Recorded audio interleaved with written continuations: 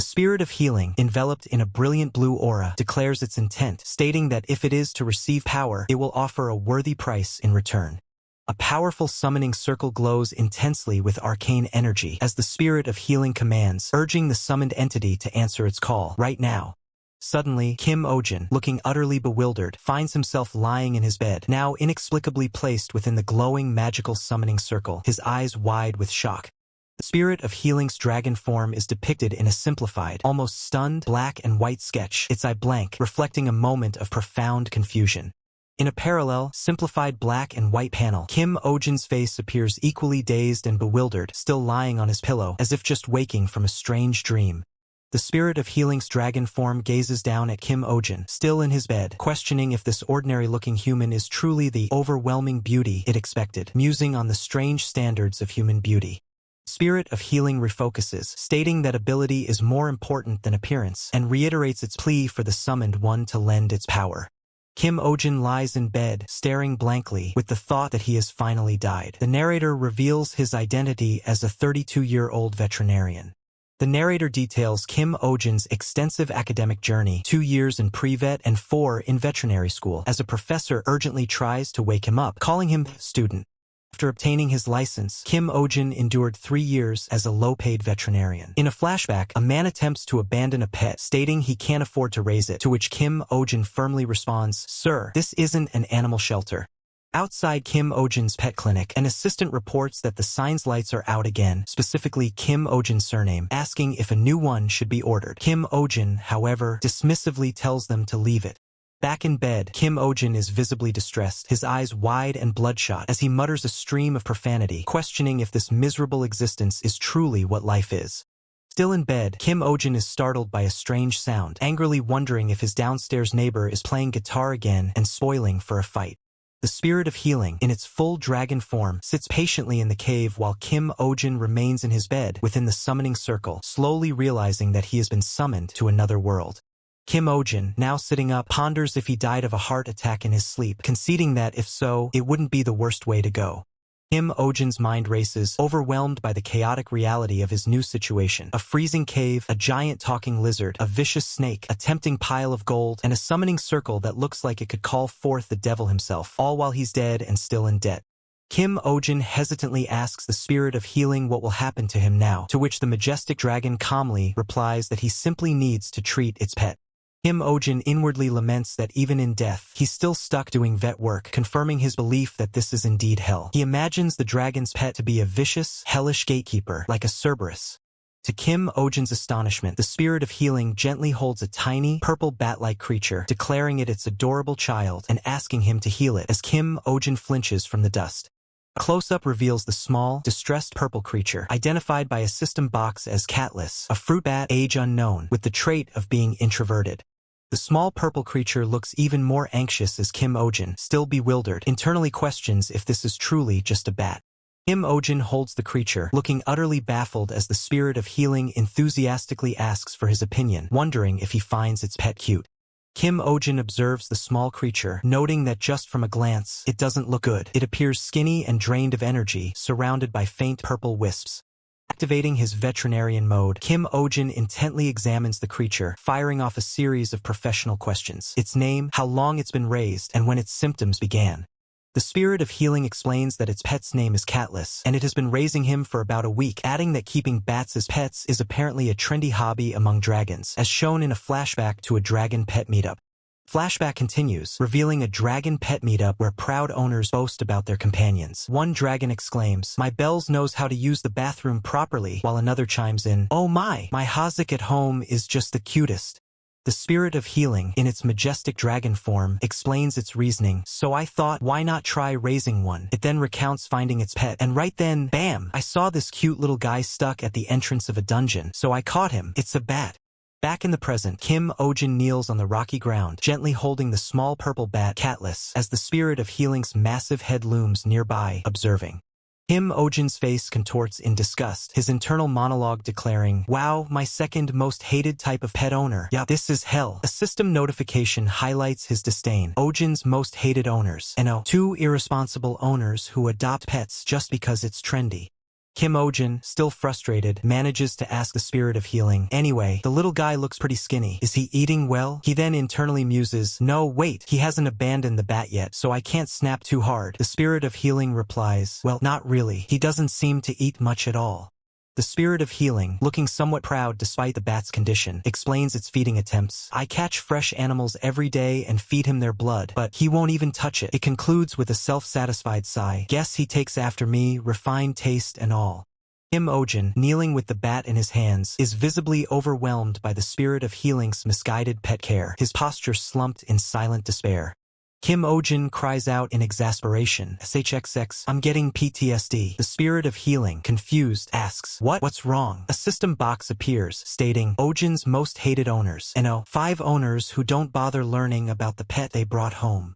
The spirit of healing continues its clueless questioning. Why? Is it some kind of serious disease? Then what do I do? Should I find better blood? Kim Ojin, still holding the bat, can only manage a defeated internal thought. This guy. Kim Ojin finally snaps, yelling, it is a fruit bat. He can't eat blood, even if you gave it to him. He then mimics the spirit of healing's earlier statement. But other dragons said they feed their bats blood, before shouting, it's a different species, a different goddamn species. Theirs are vampire bats. Yours is a fruit bat.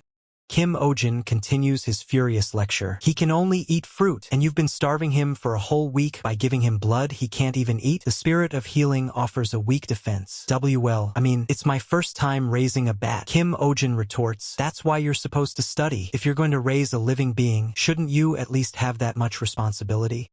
Kim Ojin's frustration boils over as he points out another critical flaw. And what the hell is with this temperature? It's so cold that the poor bat could wake up mid-hibernation. You can see your damn breath. The spirit of healing casually replies, that's because I'm an ice dragon. Kim Ojin screams, then don't raise pets if you can't provide the right environment. Kim Ojin, overwhelmed, thinks, as expected, the legendary spirit of healing. To think it would overwhelm me like this. Yet, his anger persists. No, but seriously, why the hell would you raise an animal just because it's trendy? What are they, some kind of fashion accessory? He then checks himself. I want to say, how dare you act so arrogant in front of a dragon? But the spirit of healing, looking downcast, admits, I have no comeback. It reflects on its own perceived identity. For someone who claims to love nature, what the hell have I done? Tiny purple bat, Catless, lies weakly on the ground, a poignant reminder of its fragility. Kim Ojin's internal voice acknowledges, small as it may be, this child is still a life. Just like the spirit said, I should have taken on the responsibility that comes with it. Kim Ojin stands before the colossal spirit of healing, which now lowers its head, an unspoken understanding passing between them. The spirit of healing gently cradles the small purple bat, Catless, in its massive claw, a stark contrast to its previous carelessness, while Kim Ojin watches from a slight distance. With a softened expression, the spirit of healing speaks to the bat. Because of my selfish, misguided desires, I made you suffer. I'm sorry. Spirit of healing continues its heartfelt apology and promise to Catless. I'll prepare fresh fruit for you right away, and I'll return you to where you came from. The bat, in its claw, looks up with a surprised expression. A golden glow surrounds the spirit of healing and Catless as the dragon expresses its newfound wisdom. Your happiness matters more than my own greed. Thank you, Catless. Kim Ojin observes the spirit of healing's transformation with a slight smirk, thinking, I guess hell is more reasonable than I thought. Kim Ojin thanks the spirit of healing. Thank you, spirit of healing, for giving me such a big wake-up call. The spirit of healing then reminds him of their agreement. As promised, I'll pay the price for borrowing your power. What do you wish for? Kim Ojin reveals his desire, surrounded by floating dollar signs. Then in my next life, please let me be born as an Arab oil prince. The spirit of healing responds with utter confusion. The hell is that? Kim Ojin continues his absurd wishes. Or, I got reincarnated as a villain's filthy rich heir? That'd be great too. A question mark hangs over the spirit of healing's head as it confesses. Is this the spirit realm's language? I don't understand a single word. Kim Ojin, contemplating, says, then how about this? He then questions internally, just what the hell is that spirit thing he keeps talking about? The spirit of healing manifests a glowing blue magical artifact, stating, I shall give you a magical artifact imbued with my divine power. With this, you'll be able to create whatever you desire. Kim Ojin reaches out his hand to receive it.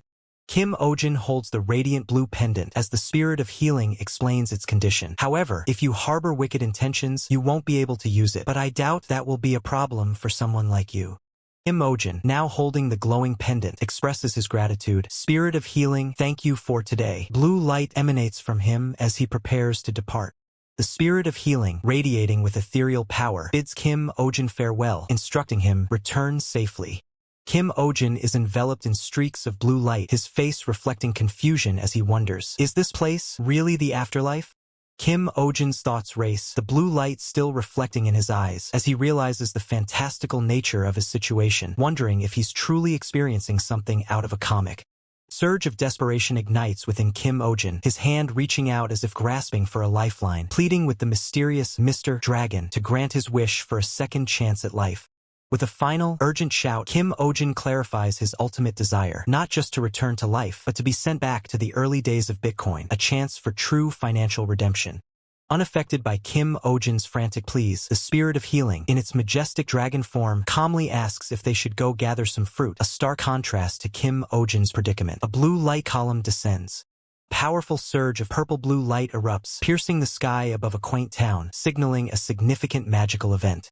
Disoriented, Kim Ojin finds himself kneeling on unfamiliar cobblestones, a fading magic circle beneath him, clutching the mysterious necklace as reality slowly sets in.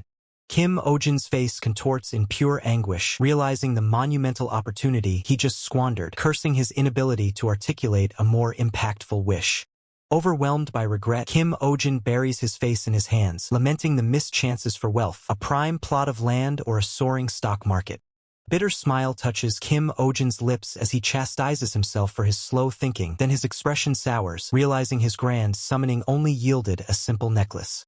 Kim Ojin stares at the glowing blue pendant, a tangible but seemingly useless relic of the spirit of healing's divine power, questioning its purpose.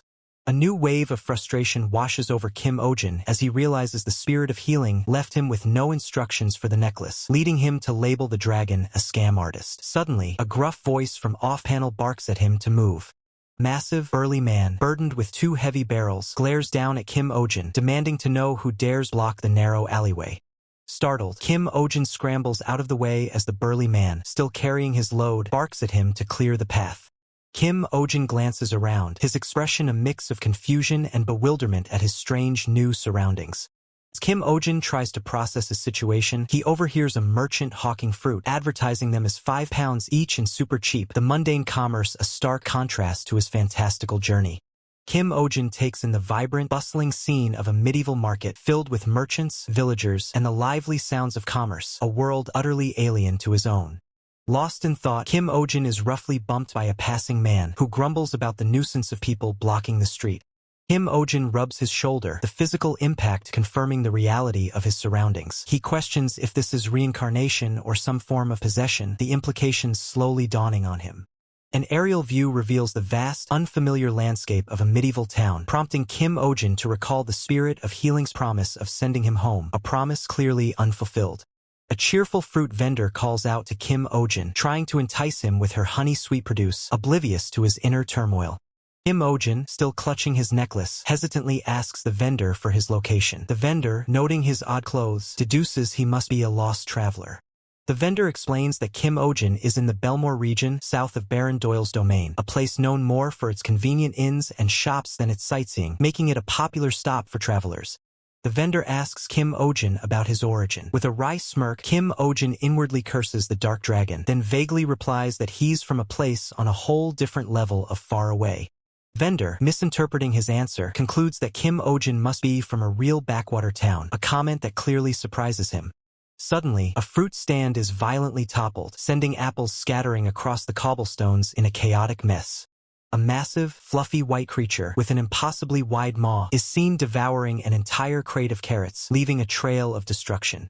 Gigantic white round creature, revealed as Elizabeth, a 16-month-old giant lop-eared rabbit, is observed calmly holding a carrot, a system notification detailing her excessive eating habit when stressed. Elizabeth looks up, a faint cue escaping her lips, crumbs still clinging to her face, a hint of guilt in her beady eyes. Panic erupts as Elizabeth stands amidst the chaos, her massive presence sending terrified villagers scattering in all directions. Kim Ojin stares in disbelief at the monstrous rabbit, wondering if such creatures roam freely in this world. The vendor, however, corrects him, identifying it as Lord Belmore's pet rabbit, then urgently advises him to run while he still can. Kim Ojin challenges the vendor's claim, demanding to know what kind of rabbit she's referring to, while the vendor, with a sigh of defeat, laments her ruined sales for the day. A chilling wail echoes through the air, causing Kim Ojin's face to twist in alarm, a bead of sweat tracing his temple. Monstrous rabbit looms large, casting a terrifying shadow over a small child who cries out desperately for her mother, overwhelmed by fear. The colossal rabbit's jaws gape wide, a terrifying abyss ready to engulf the small, screaming child. Kim Ojin, his face contorted in disbelief and outrage, exclaims how impossible it is to call that monstrous beast a mere rabbit.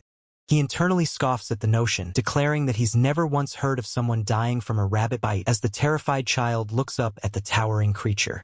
With a swift, decisive move, Kim Ojin dives forward, tackling the child out of the path of the monstrous rabbit's gaping maw. They slide across the rough stone ground, Kim Ojin shielding the child from harm. Groaning, Kim Ojin asks the child if she's all right, still bewildered by the chaotic events unfolding around them, his hand gripping a strangely glowing pendant. Just as Kim Ojin feels a fleeting sense of accomplishment for saving the child, the monstrous rabbit's shadow looms over them once more, ready to strike. His face contorts in pure terror as he realizes the dire situation, cursing his own heroic impulse that has now put both their lives in jeopardy. Suddenly, Kim Ojin's expression hardens as he vehemently denies any fault, instead placing all the blame squarely on the irresponsible owner of the monstrous creature.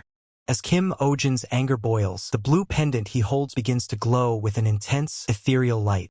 Kim Ojin's furious thoughts are cut short as a blinding blue energy beam erupts from his hand, striking the colossal rabbit with immense force, leaving him utterly stunned. The monstrous rabbit, now enveloped in shimmering blue energy, lets out a surprised "Q," its expression one of utter bewilderment. The rabbit lets out another astonished "Q" as luminous blue energy bands rapidly bind its massive form.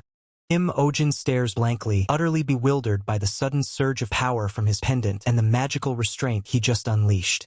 Both Kim Ojin and the child gaze up in utter astonishment at the now-bound rabbit, which itself seems perplexed by the sudden magical ropes. Whispers ripple through the gathering crowd, who marvel at the scene, questioning if Kim Ojin is a wizard, having single-handedly subdued the colossal rabbit in one swift move. A young child, eyes sparkling with wonder, asks her sister if Kim Ojin is a wizard, to which the woman replies, admitting she had only assumed him to be a simple traveler. Kim Ojin, still holding the glowing leash, looks utterly perplexed, realizing he acted on instinct but now has no idea how to explain the bizarre turn of events. Suddenly, Baron Doyle, a portly man, charges onto the scene with his retainers, angrily exclaiming he'd found his pet, demanding to know if anyone understood how worried he had been. Baron Doyle scolds his 3 dejected retainers, furious that they couldn't even properly capture one rabbit, and threatens to dock their pay as punishment. Baron Doyle lets out a furious cry, utterly enraged to find his beloved pet, Elizabeth, magically bound, while the rabbit itself meekly pleads to be released. Baron Doyle's furious gaze snaps towards Kim Ojin, who still holds the glowing leash, clearly identifying him as the one responsible for restraining his pet. Baron Doyle aggressively demands to know what Kim Ojin thinks he's doing to his baby, to which Kim Ojin calmly apologizes for the restraint but asserts that it was necessary as someone's life was in danger. Baron Doyle, absolutely enraged, vehemently denies his baby could ever be dangerous and furiously demands that Kim Ojin remove the disgusting thing from his pet immediately. The deadpan expression, Kim Ojin sarcastically challenges Baron Doyle to test his confidence by putting his own head in the rabbit's mouth, while a system notification labels Baron Doyle as Ojin's most hated owners number 4. My baby would never do that, owner. Kim Ojin relentlessly presses Baron Doyle, suggesting the rabbit could crush his soft skull like a boiled potato, then mockingly offers a less fatal alternative if he's too scared. Baron Doyle, utterly flustered and horrified, demands to know what kind of insolent look Kim Ojin is giving him, asking if he has a death wish. A young boy in the crowd clutches his chest, asking his sister about the thrilling sensation he's experiencing. She calmly identifies it as satisfaction, prompting the boy to eagerly demand more of Kim Ojin's verbal assault. Kim Ojin's gaze sharpens, his eyes reflecting a profound focus as he processes the situation. Kim Ojin covers his face, internally reminding himself to maintain composure as an educated adult, struggling to hold back his true feelings as a faint blue glow emanates from his clenched fist. Kim Ojin shifts his demeanor, explaining that the rabbit appears to be a lop-eared breed, then sternly states that domestic rabbits should not be taken on walks, especially not in crowded environments. Kim Ojin elaborates, stating that rabbits are territorial and easily stressed in unfamiliar environments, then asks Baron Doyle if the animal has shown signs of self-harm or aggressive behavior. Baron Doyle is visibly startled, asking how Kim Ojin knew, before admitting that the rabbit has been pulling out its fur. Kim Ojin confirms that fur pulling is a common sign of stress in rabbits, delivering a stark warning that continued neglect could lead to serious illness or a drastically shortened lifespan for the animal, as faint blue energy crackles around his hand. Baron Doyle, in a comically exaggerated display of shock, screams in disbelief at the idea of his beloved Elizabeth dying. Kim Ojin, unfazed, retorts that if he dislikes the idea, he should immediately cease these reckless walks. Baron Doyle expresses concern about how his rabbit will get exercise without walks. Kim Ojin calmly assures him it's entirely possible even at home. Internally, Baron Doyle still marvels at how the rabbit managed to bulk up so much. Kim Ojin acknowledges Baron Doyle's affection for Elizabeth, but stresses that rabbits are incredibly sensitive animals, as the white round creature stands looking perplexed with question marks floating around it. Kim Ojin emphasizes that merely spoiling a pet is insufficient. True care lies in raising them properly with both knowledge and genuine affection.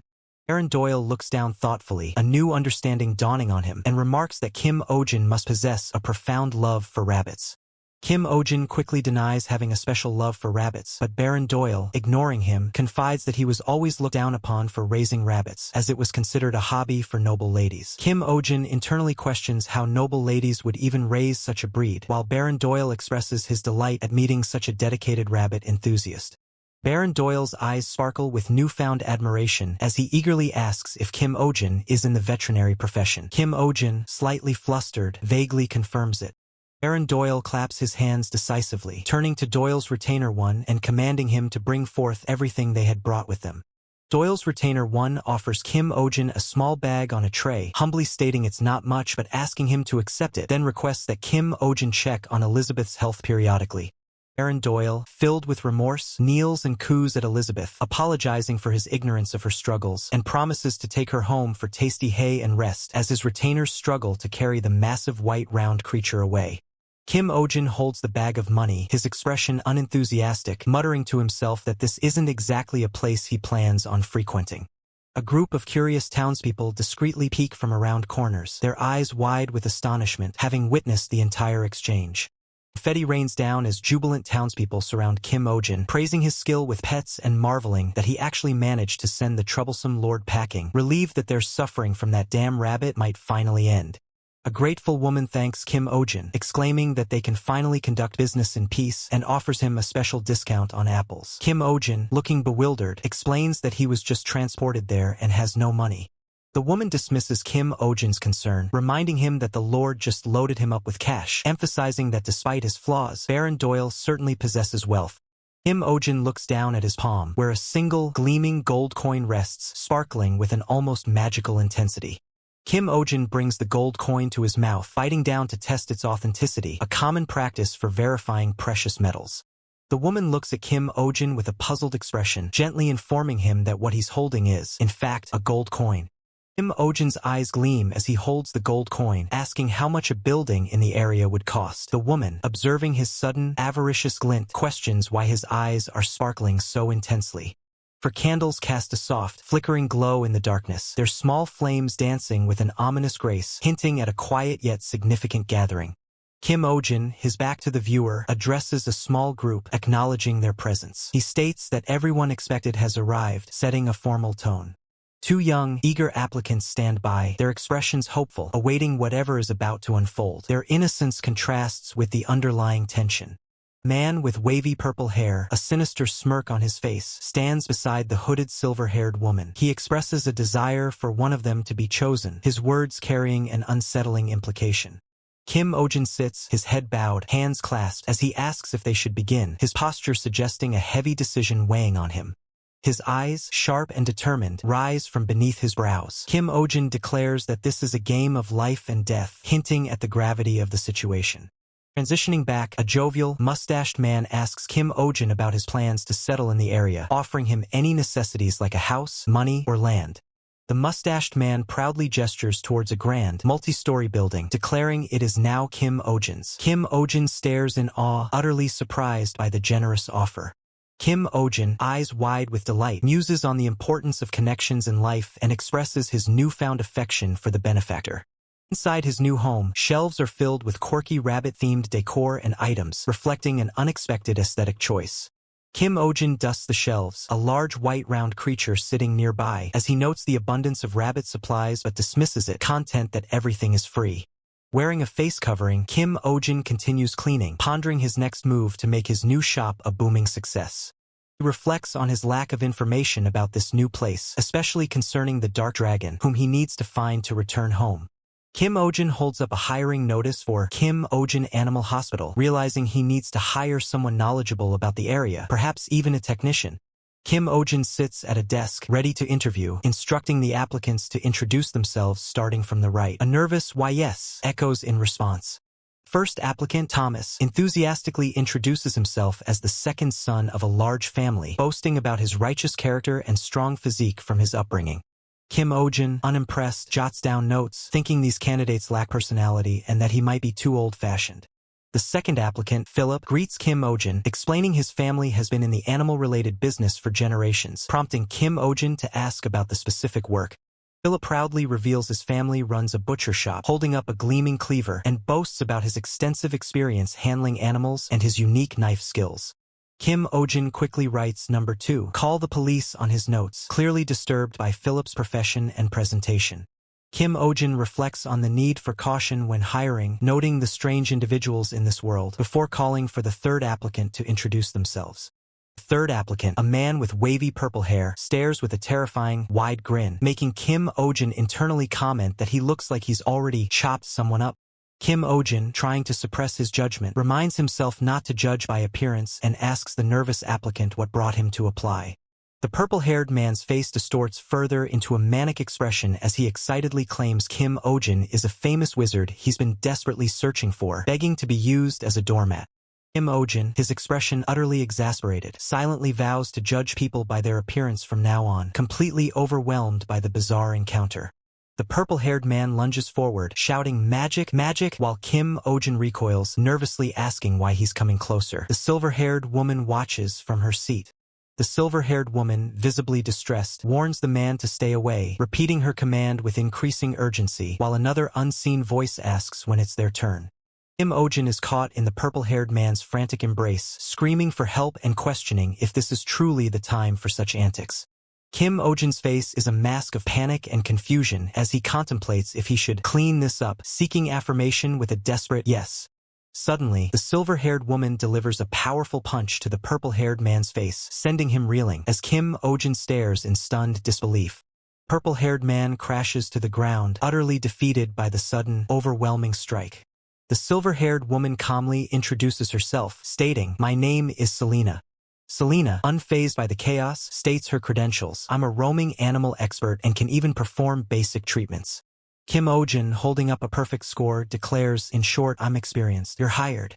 The firm handshake, a new technician officially joins Kim Ojin's pet clinic.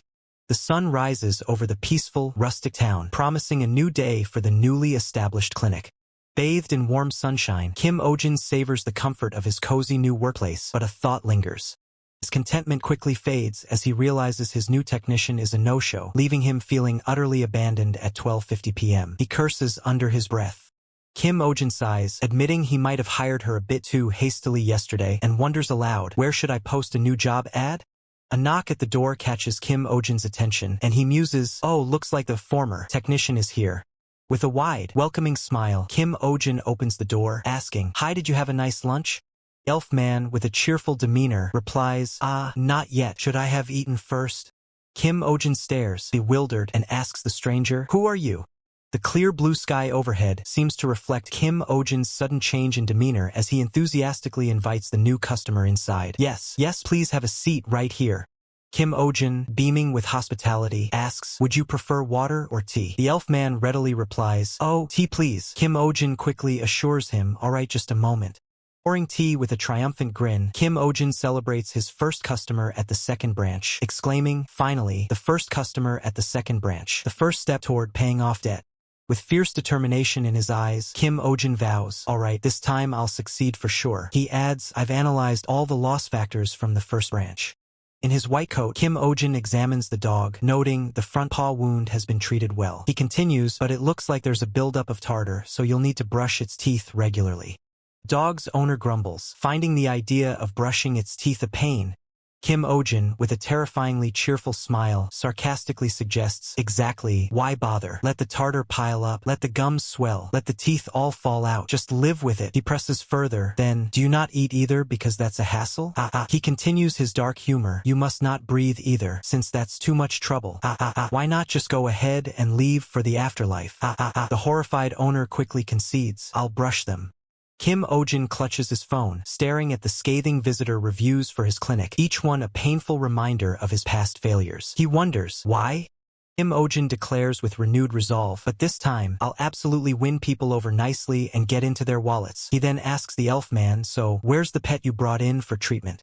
The elf man proudly points to a small red lizard peeking from his pocket, exclaiming, right here. His name is Podjak. He's a lizard. Cute, right? Kim Ojin thinks to himself, having encountered bizarre creatures before, I thought all animals in this world were weird because of that giant rabbit, but luckily, this one's just a regular lizard? Kim Ojin, his smile unwavering, asks, but is it in your pocket because it chewed up its cage? The elf man replies, guess there was nowhere else to put him. Just bear with it. I'm here, right? Okay. Kim Ojin internally urges, why? Obviously. The elf man beams, gesturing to the lizard in his pocket, proclaiming, it's way cuter this way. Super cute, right? Kim Ojin's hands grip the desk, his knuckles white, barely containing his rising frustration. Lone Det Shadow screams in panic as Kim Ojin forces a strained, manic smile, barely holding back his rage. The elf man, noticing the damaged desk, asks, why's the desk? Kim Ojin quickly replies, just a lil broken. Yeah. Kim Ojin sighs in relief, congratulating himself for holding back his temper. He then refocuses on the customer, asking, so, why did you bring Podjak in today? Is he sick? The elf man explains, holding Podjak, it's not exactly that he's sick, but he's really weak. He's sensitive to the cold. Kim Ojin deadpants, realizing that's just how lizards are by nature. Kim Ojin's exasperation grows as the elf man dramatically recounts how Podjak's tail simply detached when he grabbed it. Kim Ojin internally sighs, knowing this is a natural defense mechanism for many lizards, and adds a mental note to tell him not to grab the tail. The elf man, holding Podjak, insists that Kim Ojin simply make him healthier. Simultaneously, the spirit of healing in her majestic dragon form echoes a similar demand, presenting a small, purple creature and asking why it isn't eating, urging Kim Ojin to fix it. Kim Ojin, overwhelmed, thinks to himself that the animals aren't the problem, but their owners are. Despite his exasperation, Kim Ojin mentally resolves to conduct a thorough checkup, distrusting the elf man's care. He then calmly instructs the elf man to hand over Podjak. As Kim Ojin carefully takes Podjak into his hands, the small red creature squirms uncomfortably, prompting a surprised sound from Kim Ojin. Kim Ojin's gaze sharpens, focusing intently as he notices something unusual about Podjak's skin. Kim Ojin reveals his diagnosis. Podjak is suffering from dysectasis, a condition where shedding doesn't occur properly. The elf man, utterly baffled, questions what shedding even means. Just as Kim Ojin holds Podjak, the elf man hastily warns him to be careful, claiming the creature is aggressive and from the streets. Podjak, meanwhile, begins to glow with an ominous orange energy, causing Kim Ojin to question the situation. Podjak's small body suddenly flares with intense heat, its mouth glowing with an angry, fiery orange as it prepares to unleash an attack. Kim Ojin's eyes widen in utter shock and disbelief at the creature's unexpected display of power. Before Kim Ojin can react, Podjak unleashes a concentrated fireball directly from its mouth, aimed squarely at him. In a blur of motion, Kim Ojin swiftly pulls back his sleeve, his arm tensing as he prepares for the impact. Just as the fireball hurtles towards Kim Ojin, the silver-haired woman, moving with incredible speed, deflects the fiery projectile with a surge of magical energy, sending it harmlessly soaring upwards. The silver-haired woman turns to Kim Ojin, a hint of concern in her eyes, remarking that he nearly took a salamander's fire attack head-on. Internally, she laments almost losing her new boss on her very first day. Kim Ojin, visibly disoriented and with a trickle of blood at his mouth, finds himself slammed against the wall, which now bears cracks from the impact. He stares blankly, clearly dazed. With his eyes closed in pain, Kim Ojin grimly reflects that perhaps taking the direct fire attack might have been preferable to the impact he just suffered. Kim Ojin, recovering, states the obvious. Podjak, identified by a system box as a salamander with the trait of breathing fire when threatened, cannot be examined barehanded. The creature itself now looks deceptively innocent. The elf man, completely oblivious to the danger, marvels at Podjack's beauty. Meanwhile, Kim Ojin, rubbing his head in exasperation, asks if they have a fireproof suit. The elf man excitedly explains that he found Podjack on the mountain behind their home, claiming it was love at first sight, and he immediately brought the creature back. The silver-haired woman watches him with a neutral expression as Kim Ojin walks by, carrying some papers. The elf man, misinterpreting the silver-haired woman's quiet observation, playfully asks if she's jealous. She quickly dismisses the notion, stating it's not exactly the case. Kim Ojin's voice cuts in, questioning the elf man about the legality of capturing salamanders in their territory, adding that they are too wild to be kept as pets. The elf man looks confused. Kim Ojin continues, explaining that salamander numbers are already critically low due to illegal hunting. The elf man's eyes widen in shock, and he hesitantly asks if he can't simply keep Podjack. The silver-haired woman, with a serious expression, confirms that keeping a salamander is indeed illegal. However, seeing the elf man's dismay, she quickly reassures him not to worry too much. The silver-haired woman explains a potential loophole. If they claim to be holding Podjack temporarily for treatment, the authorities might overlook it, provided he is released back into the wild immediately after his recovery. The elf man dramatically cries out, utterly distraught at the thought of saying goodbye to Podjack. He vehemently rejects the idea, shouting absolutely not, as the silver-haired woman looks on in surprise. With a desperate plea to just let us love each other, the elf man makes a sudden dash, Podjack clutched tightly, abandoning Kim Ojin's outstretched hand and the medical tools. Kim Ojin stares, utterly bewildered by the elf man's sudden flight, wondering what could possibly be wrong with him. He then muses aloud, perhaps they simply decided to head home. Kim Ojin turns to the silver-haired woman, his frustration evident as he exclaims that they hadn't even started treatment, demanding to know where the elf man thinks he's going. He then questions why she simply stood by and watched the situation unfold. The stern expression and a decisive point of his finger, Kim Ojin commands the silver-haired woman to go after the elf man immediately. The silver-haired woman flinches slightly, caught off guard by Kim Ojin's sudden command, and hesitantly responds with a quiet "why yes." Kim Ojin, his patience clearly running thin, fixates on the silver-haired woman, reiterating with a sharper tone, "And why did you just stand there watching him leave?" Kim Ojin, his face contorted in a mix of frustration and urgency, points sharply, commanding, "Go after him, now." Silver-haired woman flinches, her eyes wide with surprise, stammering out a hesitant, "Why yes." The bustling town square unfolds under a clear blue sky, its medieval architecture and lively crowds providing a backdrop to the unfolding events. A local townsperson, kneeling beside her vibrant fruit stall, hums contentedly, musing that since the Lord's rabbit isn't around, life in this world's actually become more enjoyable. She smiles, thinking to herself, as long as it's busy playing with the Lord, there's no way the stall will break anytime soon. A mental image of a large white rabbit and a small man appears in her mind. Life feels good. It really does, she sighs, just as a flurry of movement erupts behind her. The elf man, the silver-haired woman, and Kim Ojin sprint through the street, their footsteps echoing. The elf man, a look of pure terror on his face, clutches a small red creature to his chest as he desperately flees, with the silver-haired woman and Kim Ojin in hot pursuit. A blur of motion as the elf man and the silver-haired woman dash past the fruit vendor's stall, their speed leaving streaks in their wake. Kim Ojin, visibly panting and exhausted, struggles to keep pace, pleading, "Please stop." The townsperson from the fruit stall peeks over her counter, her eyes wide with a mix of surprise and curiosity at the commotion. With a nervous smile, the townsperson decides against getting involved, thinking, "I don't know what's going on, but let's not pry. It's terrifying." The elf man cries out in despair, clutching the red lizard. Why? Why are they chasing me? Everyone is trying to take my Podjajic." Tears streaming down his face, the elf man dramatically assures the red lizard, "Don't worry, Podjajic, this is also a trial for us. No one can separate us." Kim Ojin screams in panic, sweat beading on his forehead. "No, he needs to molt. Stop right there." An aerial view sweeps over the quaint town, highlighting its central clock tower and the numerous houses nestled beneath a bright sky. Kim Ojin leans against a wall, completely out of breath, muttering, "Take that bastard. Ha, he's so fast." The silver-haired woman calmly retorts, "You need to exercise a bit." The silver-haired woman turns to Kim Ojin, her expression serious, asking, "By the way, Ojin, that salamander, could it really not have molted?" Kim Ojin, still catching his breath, confirms, "Yes, and on top of that, there are already 2 or 3 layers piled up, so it needs to be taken off quickly." Silver-haired woman's eyes narrow with concern. "Then we need to hurry for sure," she states. Kim Ojin, slightly confused, responds, "Pardon?" Kim Ojin explains the dire situation. If a salamander can't molt, fire builds up inside it. And when that fire reaches an unbearable level, the red lizard is shown with visible flames flickering around its distressed face. It leads to a massive rampage, the narrator reveals, as the elf man stares in shock, clutching the red lizard tighter.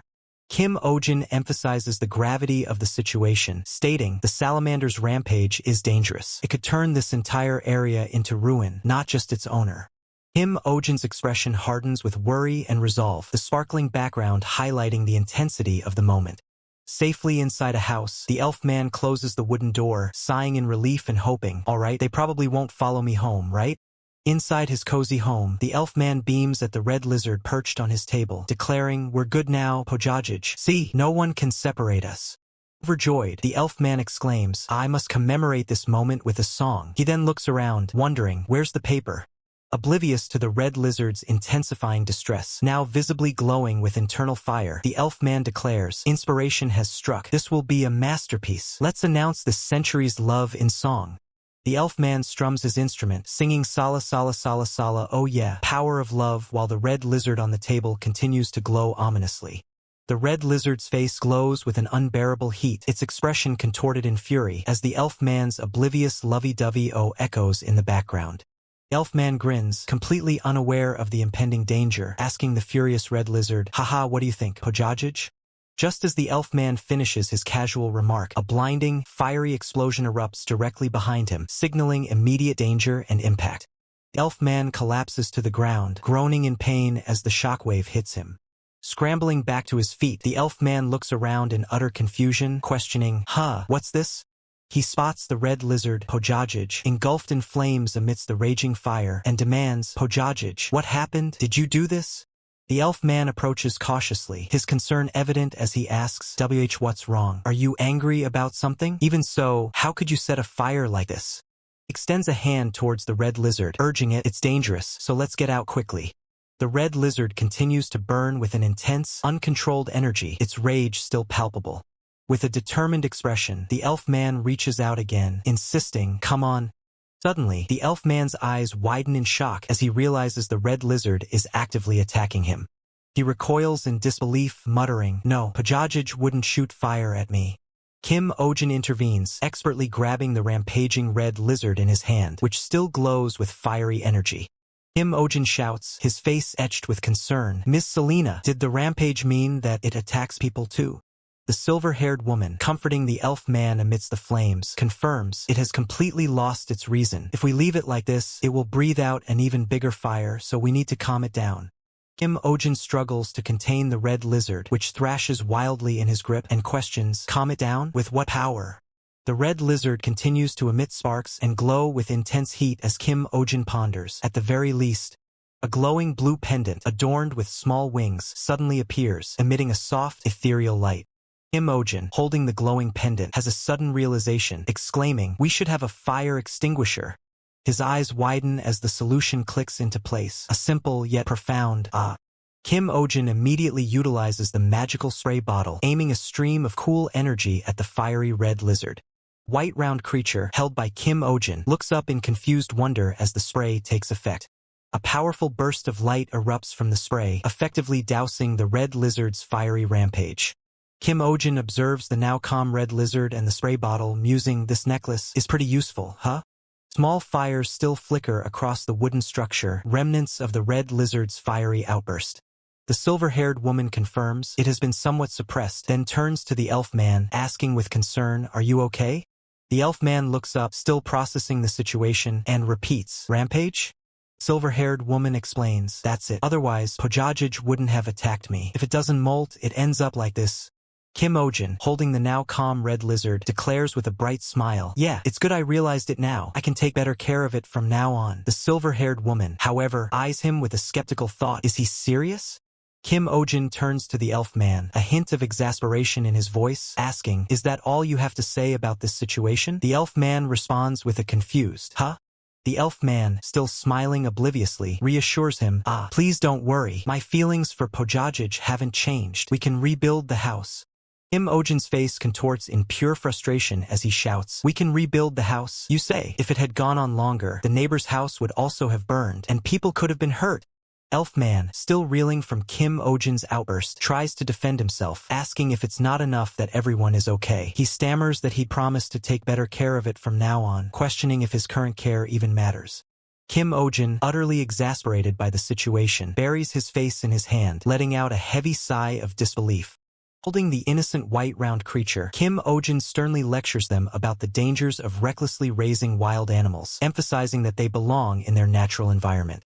He continues, questioning if bringing in creatures simply because they're cute without truly understanding their ecology is what they call love. The silver-haired woman listens, her expression thoughtful. Kim Ojin presses Elfman further, his voice sharp, asking if he's truly confident he can control the creature alone if it were to rampage again. Elfman's eyes widen in alarm. Elfman looks away, unable to meet Kim Ojin's gaze, his voice trailing off in a defeated stammer. The white round creature makes a soft "ick" sound as Kim Ojin holds it, contemplating the profound nature of life itself. Kim Ojin states gravely that life, in its essence, cannot be nurtured by affection alone, emphasizing the responsibility required. Kim Ojin stands tall, lecturing the kneeling elf-man and silver-haired woman, who appear utterly chastened by his words in the rustic room. Scene shifts dramatically to a serene, vast mountain landscape, bathed in the gentle light of the clear sky. Observing the creature, Kim Ojin remarks that it appears much healthier after molting. The silver-haired woman agrees, noting its good complexion. However, the red lizard has undergone a significant transformation, now appearing much larger and more imposing, its fiery scales glowing. The silver-haired woman observes its remarkable growth. Kim Ojin ponders how such a large creature could have fit into its previous shell. The silver-haired woman, with a knowing smile, attributes it to the enduring mystery of nature. Kneeling before the now-grown red lizard, Elfman's voice is thick with emotion as he acknowledges its maturity, realizing it no longer needs his constant care. Tears well in Elfman's eyes, reflecting the sparkling light as he tearfully declares that the red lizard is returning to the vast, embracing arms of nature. Elfman's face is a mix of joy and sorrow as he cries out, wishing Podjack happiness and proclaiming that he's letting it go out of pure love. Elfman's emotional resolve quickly crumbles as he declares he'll visit daily with food, but Kim Ojin immediately snaps back, warning him that such actions would erase the creature's natural instincts.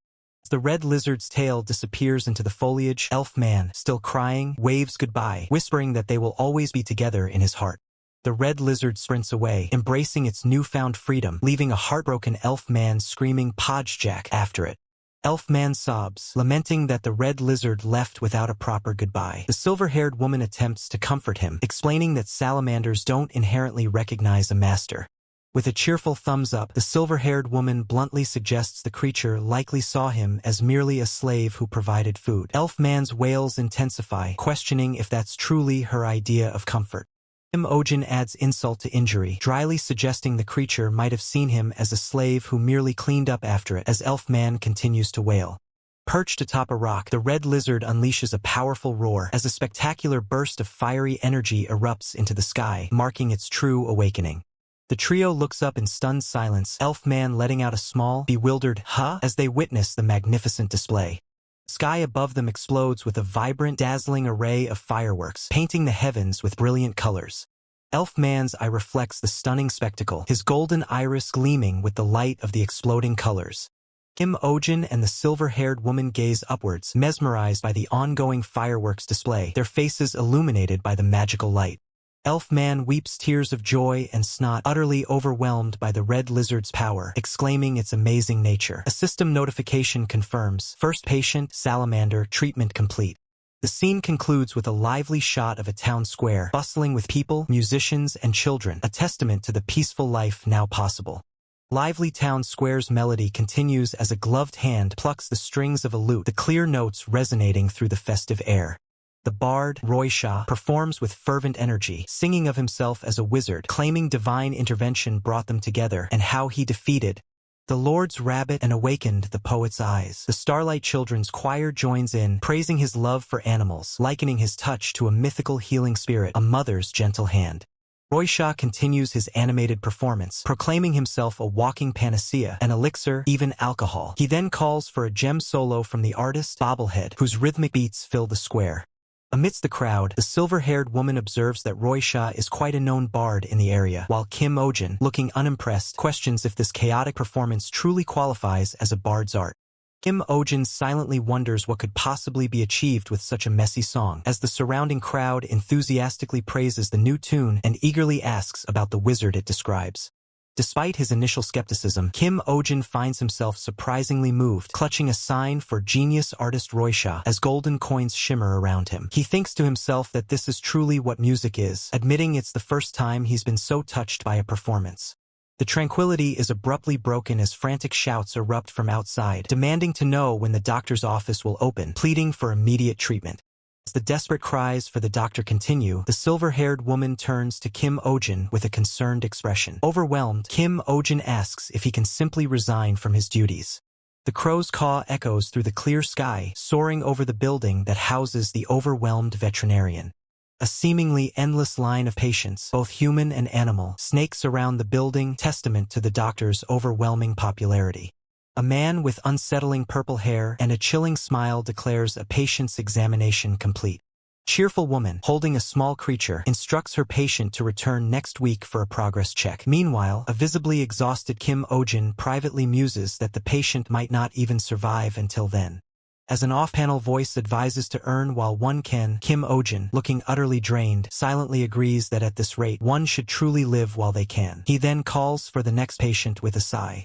The waiting room remains packed with a diverse array of patients, as Kim Ojin diligently treats a white round creature, exclaiming holy in exasperation. Silver-haired woman presents a glittering pile of gold coins and scrolls, proudly announcing them as their earnings for the day. Kim Ojin looks on with wide eyes. Just as Kim Ojin attempts to declare them closed, a new patient's voice asks if they are still open. The silver-haired woman, ever the pragmatist, immediately welcomes them in, completing the monetary healing for the day. Another patient greets a familiar face, asking about their visit, to which the reply is that Choco wasn't eating well. One owner expresses concern that their pet needs to grow at least 50 centimeters more, while another explains their cat's eye on the back became bloodshot. A system box notes that the breeds are just a little different. Kim Ojin massages his aching shoulder, the sound of cracking joints a testament to the day's relentless work. Kim Ojin stretches, thinking how utterly exhausting the day has been. The silver-haired woman then informs him that the next patient will be their last. Relieved, Kim Ojin asks about the final patient. The silver-haired woman reveals it's a shaman, a breed that transitioned from hunting dogs to popular pets. Kim Ojin listens as he hears that shamans have the highest abandonment rate due to their aggression towards anyone but their owners. He silently curses those who acquire pets merely for trends, wishing they would simply vanish.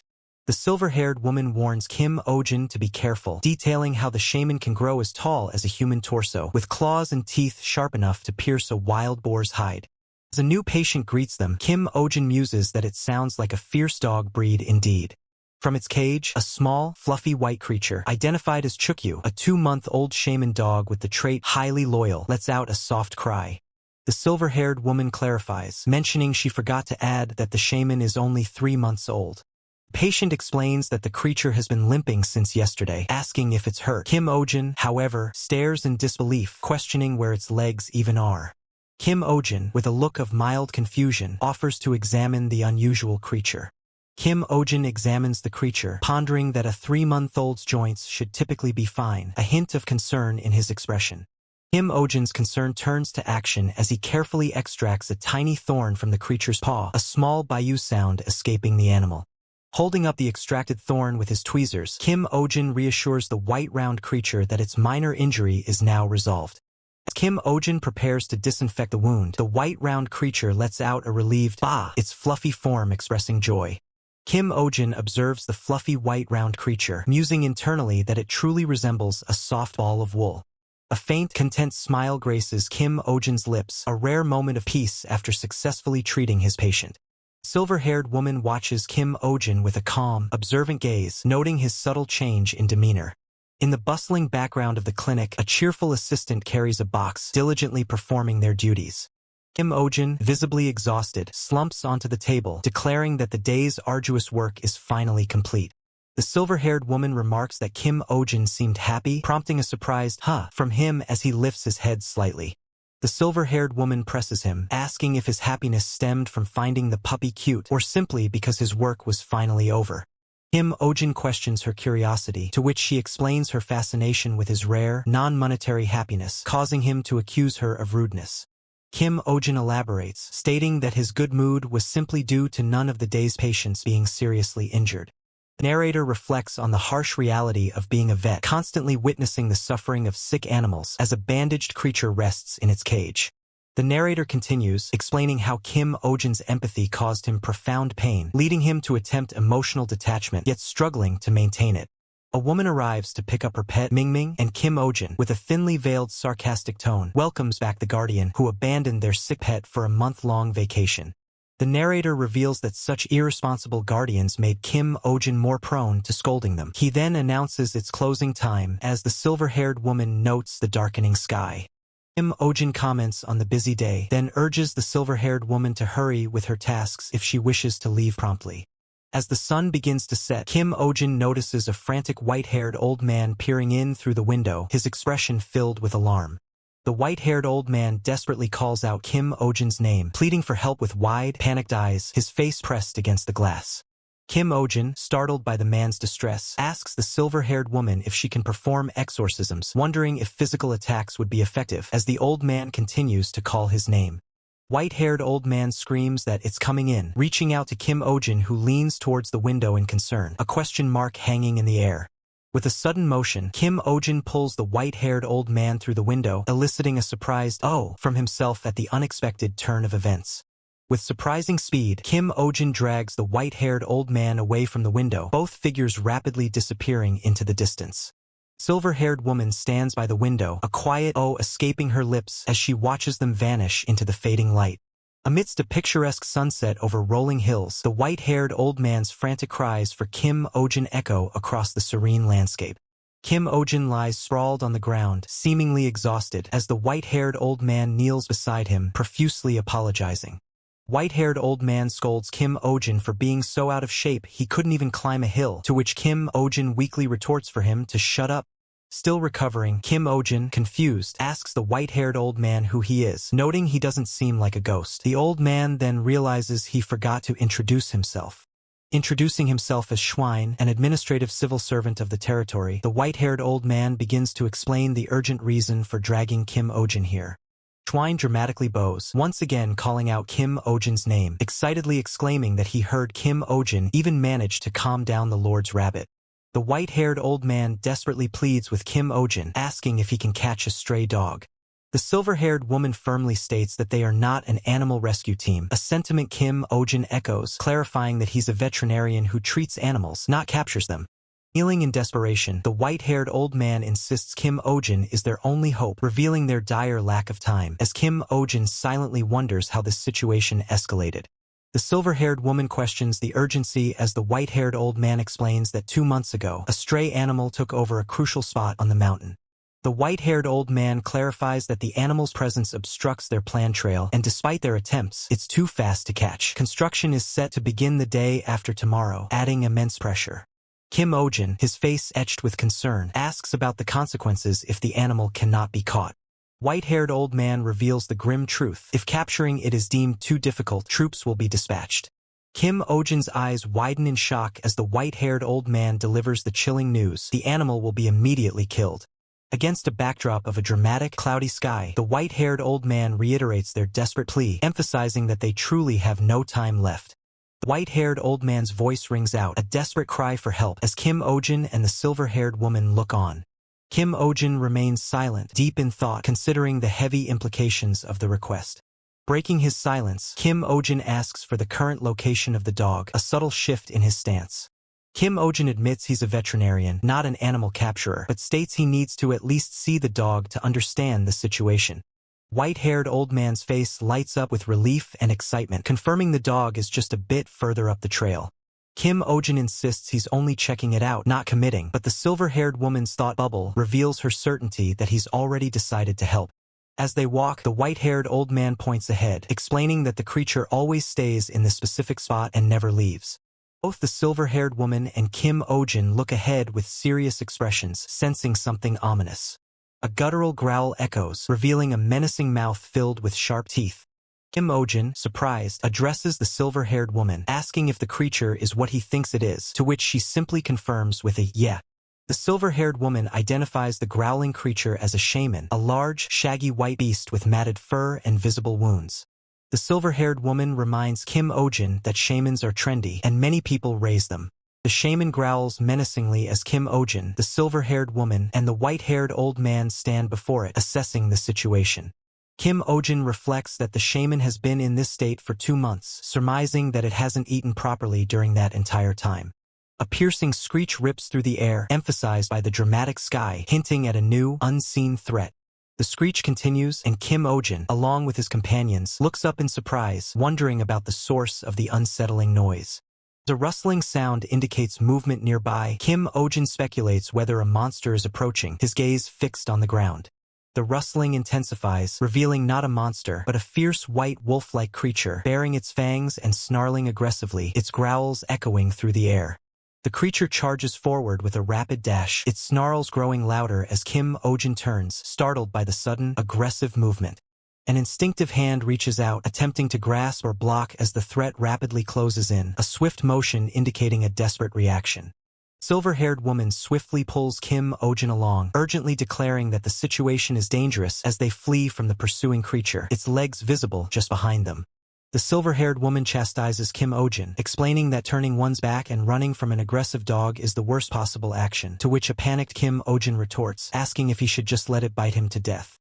Kim Ojin, looking over his shoulder in distress, insists that fleeing will only provoke the creature further, causing it to chase them even more relentlessly. As Kim Ojin contemplates the need to distract the creature, he notices it has unexpectedly stopped its pursuit, standing still and looking away. Both Kim Ojin and the silver-haired woman pause, their expressions mirroring a shared surprise as the creature simply stands there, no longer chasing them. Kim Ojin, still bewildered, questions why the hunting dog stopped, while the silver-haired woman confirms that it is indeed a hunting dog. From an elevated perspective, the trio watches as the creature slowly turns and begins to walk away, prompting Kim Ojin to ponder why an irritated hunting dog would simply return when they are so close. The white creature, visibly injured with blood on its fur, slowly makes its way towards a dark cave entrance, panting softly as it retreats into the shadows. Kim Ojin observes the retreating creature, realizing it has returned to its initial position, a thoughtful expression on his face. The white-haired old man, now seated and looking weary, remarks that one can never truly know what a dog is thinking, while the silver-haired woman adds that the creature always chases people away in that manner. Kim Ojin listens intently as the silver-haired woman explains that the creature's behavior is the reason for constant complaints from the nearby village. Close-up reveals Kim Ojin's eyes, narrowed in deep thought as he processes the information about the creature's unusual behavior and the villagers' complaints. Kim Ojin inquires about the nature of the complaints, prompting the white-haired old man to explain that villagers report a vicious, barking dog on the mountain. The white-haired old man continues, stating that the dog is considered dangerous and the villagers want it captured, leading Kim Ojin to ask if anyone has actually been hurt.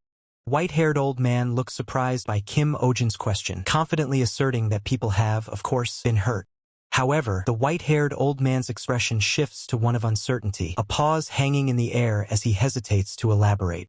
With a surprising admission, the white-haired old man reveals that despite the complaints, there hasn't been a single report of anyone actually being harmed by the creature. Kim Ojin reminds the silver-haired woman that shaman are known for their fierce loyalty to their guardians, a fact she readily confirms.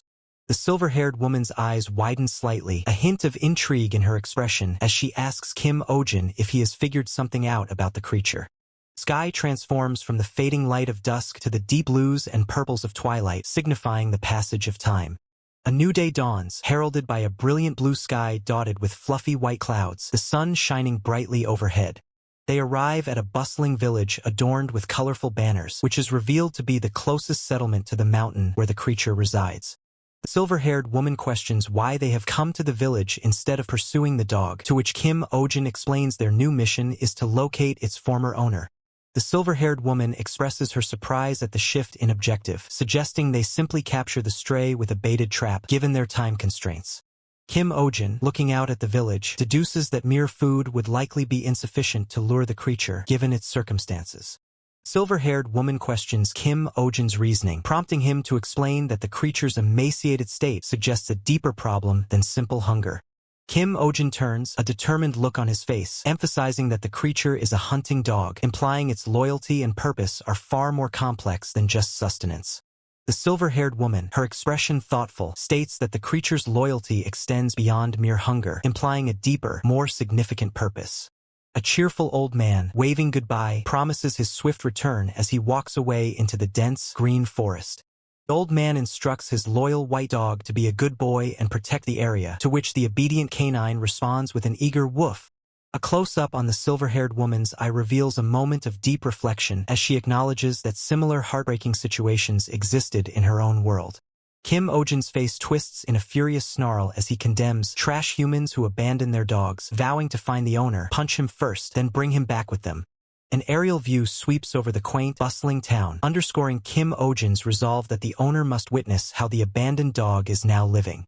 Two villagers, an older woman and an older man with a fan, express their shared curiosity about the stray's owner, with the man adding that Gabrielle's lumberjack husband can't chop wood because of it. A group of children, one with a slingshot, admit they don't know the owner, with one exclaiming that their mother forbids them from going to the mountain due to the dog. The white-haired old man, leaning on his cane, erupts in an angry outburst, recalling a son of a who took all his money 10 years ago, connecting it to the mention of a dog.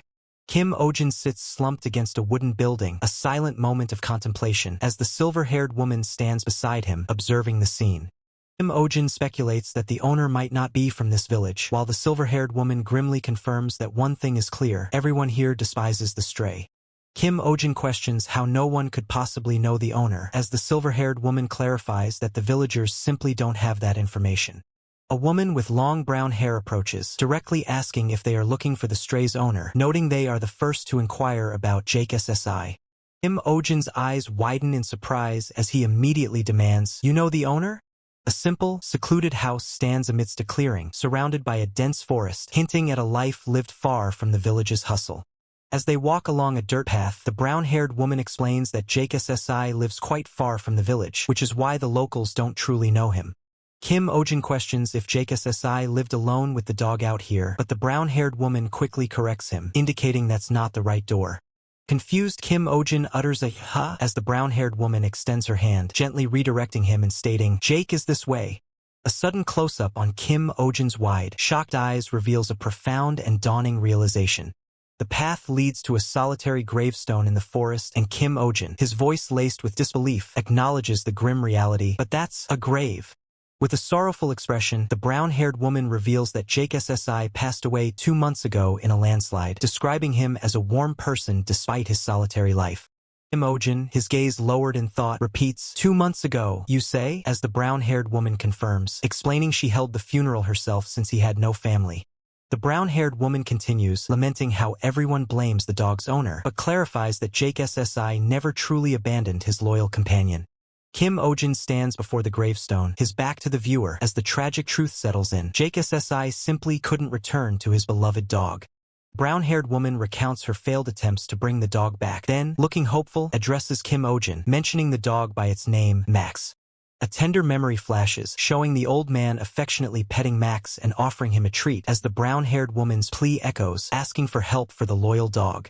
Kim Ojin's expression is somber and contemplative, his gaze cast downwards as he processes the full weight of the tragic situation. His hand clenches into a tight fist, a silent testament to his resolve and the emotional impact of the tragic revelation. Standing before the simple gravestone, Kim Ojin bows his head in solemn respect, offering a quiet prayer, "May he rest in peace." Kim Ojin turns slightly, a sincere apology in his voice, expressing his regret for the misunderstanding surrounding Jake SSI and Max. Kim Ojin, his gaze firm, makes a solemn vow. They will rescue the pet Max at all costs. He promises this with unwavering resolve. As the sun dips below the horizon, painting the sky in fiery hues, a voice cries out, "Wait!" White-haired old man, visibly flustered, questions their early arrival, exclaiming that they came sooner than expected. One of Doyle's retainers explains their mission concluded ahead of schedule, prompting the white-haired old man to suggest they rest and return tomorrow. The blonde man, his hand gripping a rifle, dismissively questions the need to delay, the metallic click of the weapon echoing his impatience. With an arrogant smirk, the blonde man declares they will handle it immediately, boasting that dealing with wild beasts is not new to him. Callous words continue, stating that people hate the dog anyway, as the wounded animal lies helpless on the forest floor. The blonde man's cruel logic questions who would complain if they simply eliminated the dog a day earlier, a chilling sentiment aimed at the vulnerable creature. The blonde man reiterates his intention to handle the situation immediately, scoffing at the idea of delaying, as if dealing with wild animals is trivial. His harsh words echo, emphasizing the general dislike for the dog, while the injured animal remains still on the forest ground. Blonde man continues to justify his brutal intent, questioning who would protest if they ended the dog's life ahead of schedule. Kim Ojin pushes open a creaking wooden door, stepping into a rustic room, the soft sound marking his entry. He observes the room, noting the distinct scent of herbal medicine, pondering if the previous occupant was an herbalist, a poster of a sentient plant creature hanging nearby. Silver-haired woman suggests collecting items bearing the owner's scent, pointing out some clothing hanging on the wall. Kim Ojin takes in his surroundings, his expression thoughtful as he processes the details of the room. A framed photograph captures a heartwarming scene, an old man, full of joy, gently petting his beloved dog, a testament to their bond. Kim Ojin looks down, a profound realization dawning on him about the depth of care the owner had for their dog. The silver-haired woman observes that the owner appeared to be searching for a mandrake, connecting it to the herbal medicine scent. Kim Ojin points to a poster on the wall, identifying it as the image of the mandrake they are discussing. Kim Ojin questions the term mandrake, recalling seeing something similar in a movie, while the silver-haired woman asks if he has heard of the plant that screams. The silver-haired woman explains the mandrake's rarity and difficulty to collect, yet its immense value, making it a dream for herbalists. Suddenly, Kim Ojin hears a strange sound, questioning its origin. Kim Ojin's eye narrows, a flicker of understanding or determination passing through his gaze, as he processes the information and the mysterious sound. Looking at the photograph of the old man and his dog once more, Kim Ojin utters a quiet maybe, connecting the mandrake search to the dog's well-being. The sky darkens ominously, heavy storm clouds gathering as a low rumble of thunder echoes in the distance. The dog, Max, lies on the ground, its head lifted slightly, perhaps sensing the impending change in weather. Closer look reveals Max's tired face, its tongue lolling out, a clear sign of its weakened state. Suddenly, a torrential downpour begins, catching the white-haired old man and Max off guard. He shields his eyes from the unexpected rain. The white-haired old man ponders whether to wait for the rain to cease before venturing out, as a small, comforting campfire flickers nearby. Max curls up tightly by the fire, shivering visibly, the cold and its illness taking a toll. The white-haired old man gently strokes Max's head, offering what comfort he can to the ailing dog, whose eyes remain closed in discomfort. The white-haired old man offers a warm smile, expressing his relief at having packed a specific item just in case.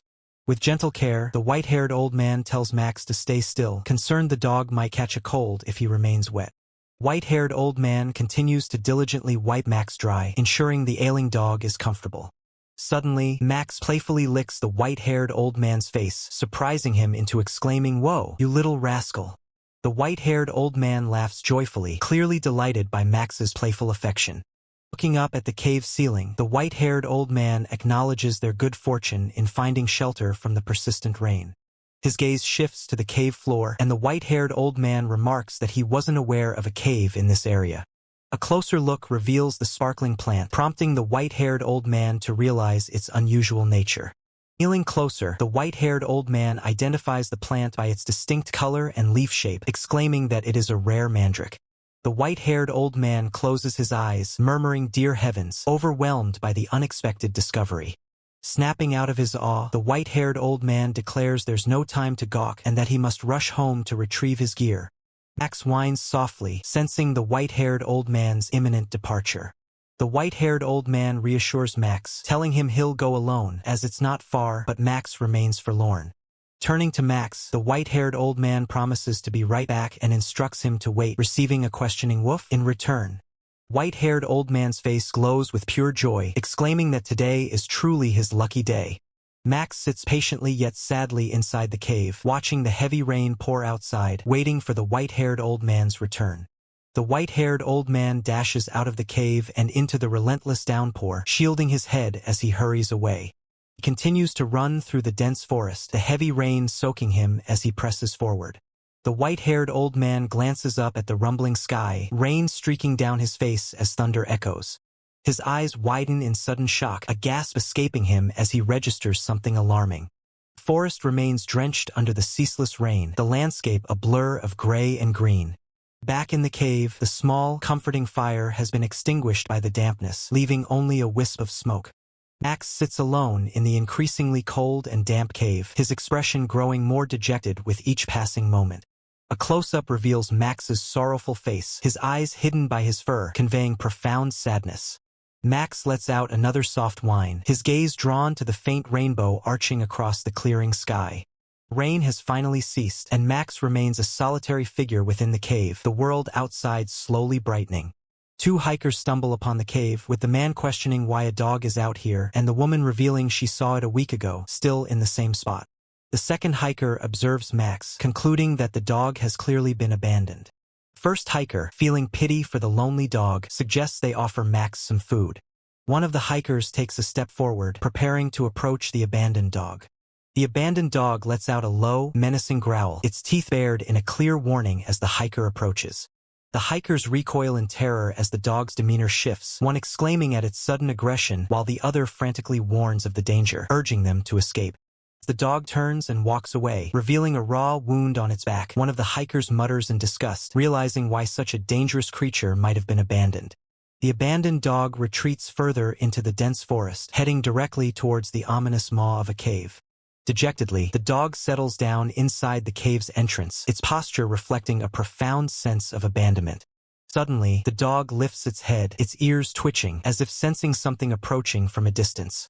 Heavy footsteps echo through the forest as several individuals advance steadily through the undergrowth. A group of men, armed with rifles, discuss their pace, with one suggesting they shouldn't rush so much while another points out the lateness of the hour and the need to reach their lodge. From behind, a guard captain, holding a rifle, spots the abandoned dog in the distance, his stance firm. The dog growls menacingly as a voice asks if they brought enough tranquilizer darts, to which another replies affirmatively, stating they brought plenty since it's a shaman. A concerned civilian pleads with the guard captain, asking if they can't wait just one more hour, revealing he's already hired someone to rescue the dog. Concerned civilian passionately argues, insisting the dog has a unique story and has never harmed anyone, addressing the guard captain respectfully. The guard captain, with a cold gaze, dismisses the plea, asking if they are there to listen to a dog's sob story. The dog crouches low, growling again, as the guard captain acknowledges the dog's potential plight but maintains his resolute stance. With the rifle now aimed, the guard captain coldly states their primary objective is to ensure the safety of the residents. Dog lets out a distressed whimper, its tongue hanging out, sensing the imminent threat. A hand firmly cocks the rifle, preparing to fire. The guard captain raises the rifle, taking aim with a determined, unwavering expression. Just as the guard captain prepares to fire, the silver-haired woman suddenly appears, grabbing the rifle and telling him he is acting too hastily. As a beam of light descends from the darkening sky, the silver-haired woman calmly explains that they need to rescue the stray dog, urging everyone to wait. The dog, now clearly wearing a red collar, looks up towards the light as a voice gently calls out its name, Max. Kim Ojin stands before the dog, a warm smile on his face, as he gently asks if it has waited a long time. Dog's tail wags furiously, a clear sign of recognition and joy. Max barks excitedly, its body wiggling with happiness, despite the visible wound on its back.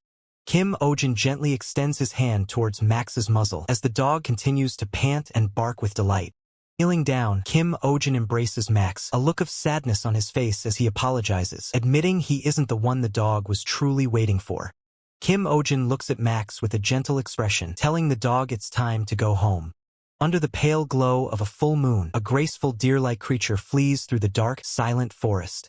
Deer-like creature pants heavily, its eyes wide with fear as a dark, ominous presence looms in the background of the forest. The ominous presence reveals a piercing, glowing yellow eye, its vertical pupil narrowing as if assessing its terrified prey. A chilling scream rips through the night, echoing as countless birds scatter into the dark sky, fleeing the unseen terror. Under the bright morning sun, desperate cries for help ring out from a grand house, a frantic voice pleading, "Doctor, help, my baby won't move." Kim Ojin stares in disbelief, a bead of sweat tracing his temple, as he mutters, "Unbelievable." Its baby is revealed to be a white round creature, so incredibly plump it can barely move. A system notification identifies it as a floper, an otherworldly hamster named Ping Ping, known for a ping sound when it jumps. The distraught owner vehemently denies Kim Ojin's diagnosis, crying, "You're lying. Pingping's gotten so weak lately, he barely eats 2 meals a day." Kim Ojin, however, firmly states that Pingping could get seriously sick if it doesn't reach a healthy weight range, before dismissing the case with "all right, next patient."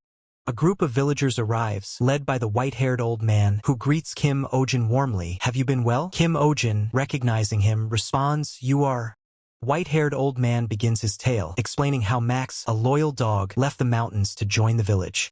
Despite his owner's passing, Max remained by the gravestone, unable to comprehend the loss, a sight that moved everyone in the village. Thankfully, Max eventually found comfort and opened his heart to the white-haired old man, who had diligently cared for him. Kim Ojin asks the white-haired old man, "What brings you here? Did something happen to Max, or?" The old man quickly replies, "No, that's not it." The white-haired old man reveals the true purpose of their visit, gesturing to a wooden barrel, stating, "Actually, I came to you because of this." Kim Ojin gazes at the plant, recognizing it as a mandrake, its human-like root surprisingly above the soil, and questions, "A mandrake?" Silver-haired woman observes the mandrake, noting how strange it is for its root to be above the soil, explaining that usually the roots are buried deep inside the soil. The white-haired old man continues the story, revealing that this particular mandrake was discovered by the late Jake SSI. To honor Jake SSI, they decided to keep the mandrake as a treasured keepsake, carefully bagged with a handle with caution label. White-haired old man explains the mandrake's peculiar behavior, stating, "But as soon as we moved it to this pot, it just popped out like this." The sentient plant creature is shown screaming uncontrollably, its root-like body flailing. The white-haired old man laments that it won't stop screaming day and night. "We'd bury it and it'd jump out over and over." The mandrake's relentless screams are so potent that villagers are shown incapacitated, covering their ears. The white-haired old man adds, "No one around can live without earplugs anymore, not to mention the number of people with ruptured eardrums." Silver-haired woman, deep in thought, acknowledges, "I've heard of those cases. Occasionally, some are picky about their environment. It seems to hate its current environment." The white-haired old man explains the current deceptive calm, stating, "It's a nightmare to deal with. Luckily, it's asleep right now, but once it wakes up, all hell breaks loose." Desperate, the white-haired old man and the villagers implore Kim Ojin, "Doctor, please take this thing, please." Kim Ojin, arms crossed and clearly annoyed, firmly states, "I deal with animals, not plants. Something that screams like that can't be a plant. Either way, it's not an animal." The white-haired old man exclaims, "I see. This isn't a plant or an animal. It's a monster, a demon." Kim Ojin, with a smug expression, retorts, "Then how about you take this to the church instead of the clinic?" The sentient plant creature begins to twitch, a soft ick escaping its lips as the white-haired old man screams, "Ach, the demon's waking up." As the sentient plant creature stirs, the white-haired old man and another villager hastily declare, "We'll leave it under your care then," and flee, leaving Kim Ojin yelling, "Hey, why you damn abandoners." Kim Ojin rages, "I've seen people abandoning animals, but a plant? This is a first." The silver-haired woman, however, simply remarks, "Great," as she calmly observes the mandrake. The silver-haired woman reminds Kim Ojin, "As I told you before, mandrakes are rare, valuable herbs," as an image of the mandrake posing dramatically under spotlights highlights its worth. Kim Ojin questions, "What's the point if we can't control it?" Just as the sentient plant creature begins to twitch, and the silver-haired woman observes, "Oh, it's waking up." As the sentient plant creature fully awakens, the silver-haired woman quickly warns Kim Ojin, "Cover your ears if you don't want to rupture your eardrums," while Kim Ojin groans in dismay, both bracing for the impending sonic assault. Sentient plant creature's eyes snap open, and it begins to take deep, ragged breaths, making a hup-sup sound. Kim Ojin's thoughts race, realizing it has opened its eyes and is now inhaling, preparing for a devastating scream. Kim Ojin clenches his hands over his ears, mentally cursing his luck. He desperately wishes for his noise-canceling headphones, a luxury he's still paying off, to shield him from the impending sonic blast.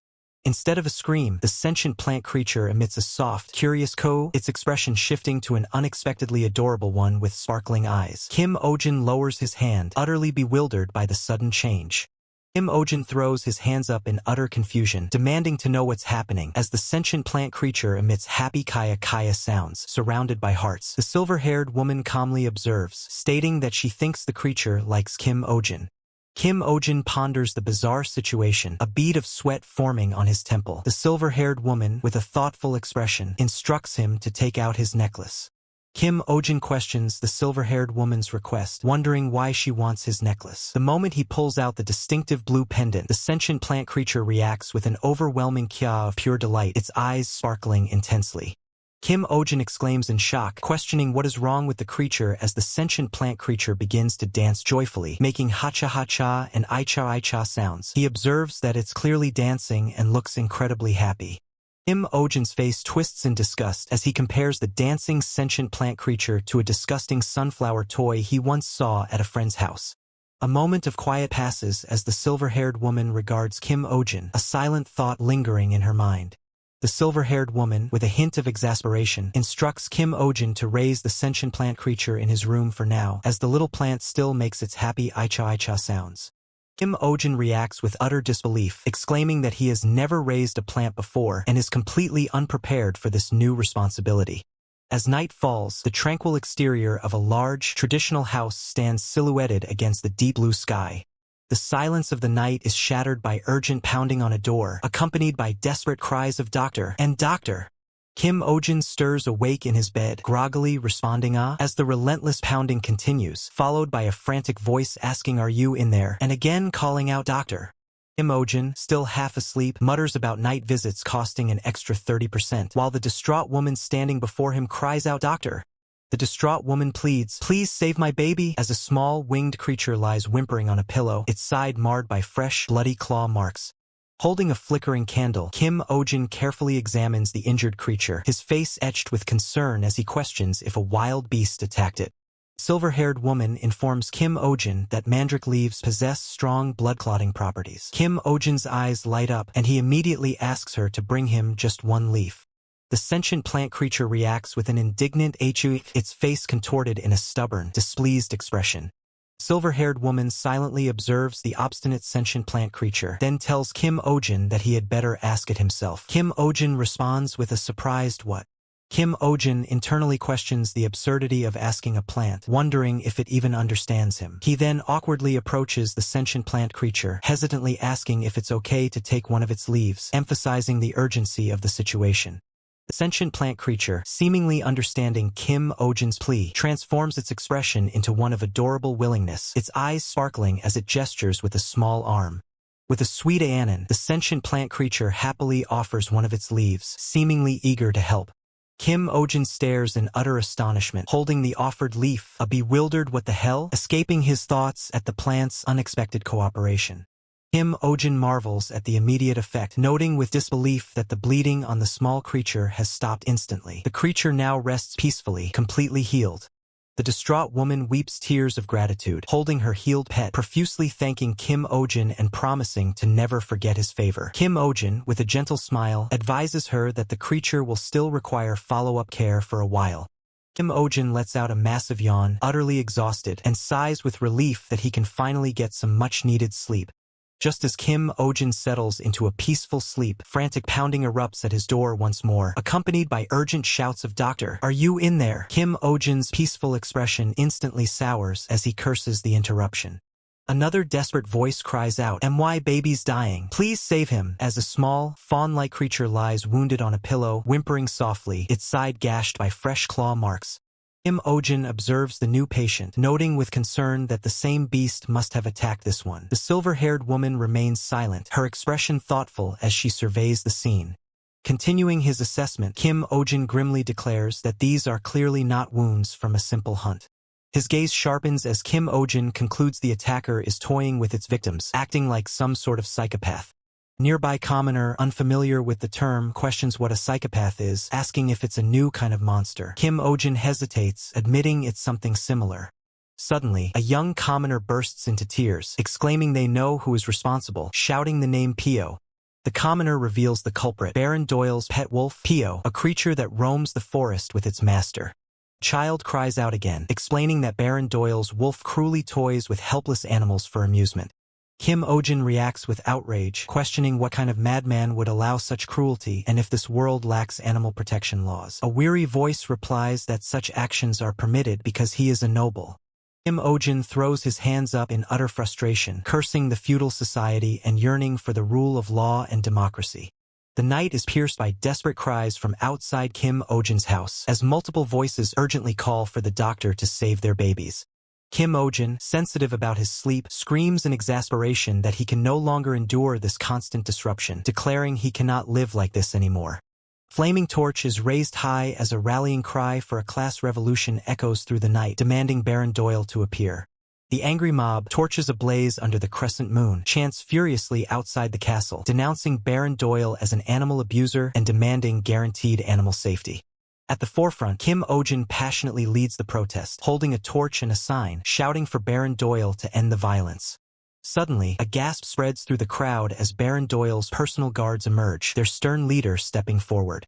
Guard leader's voice cuts through the night, demanding to know who among them is Kim Oh-jin. Kim Oh-jin gasps, internally shocked by their swift and accurate intelligence.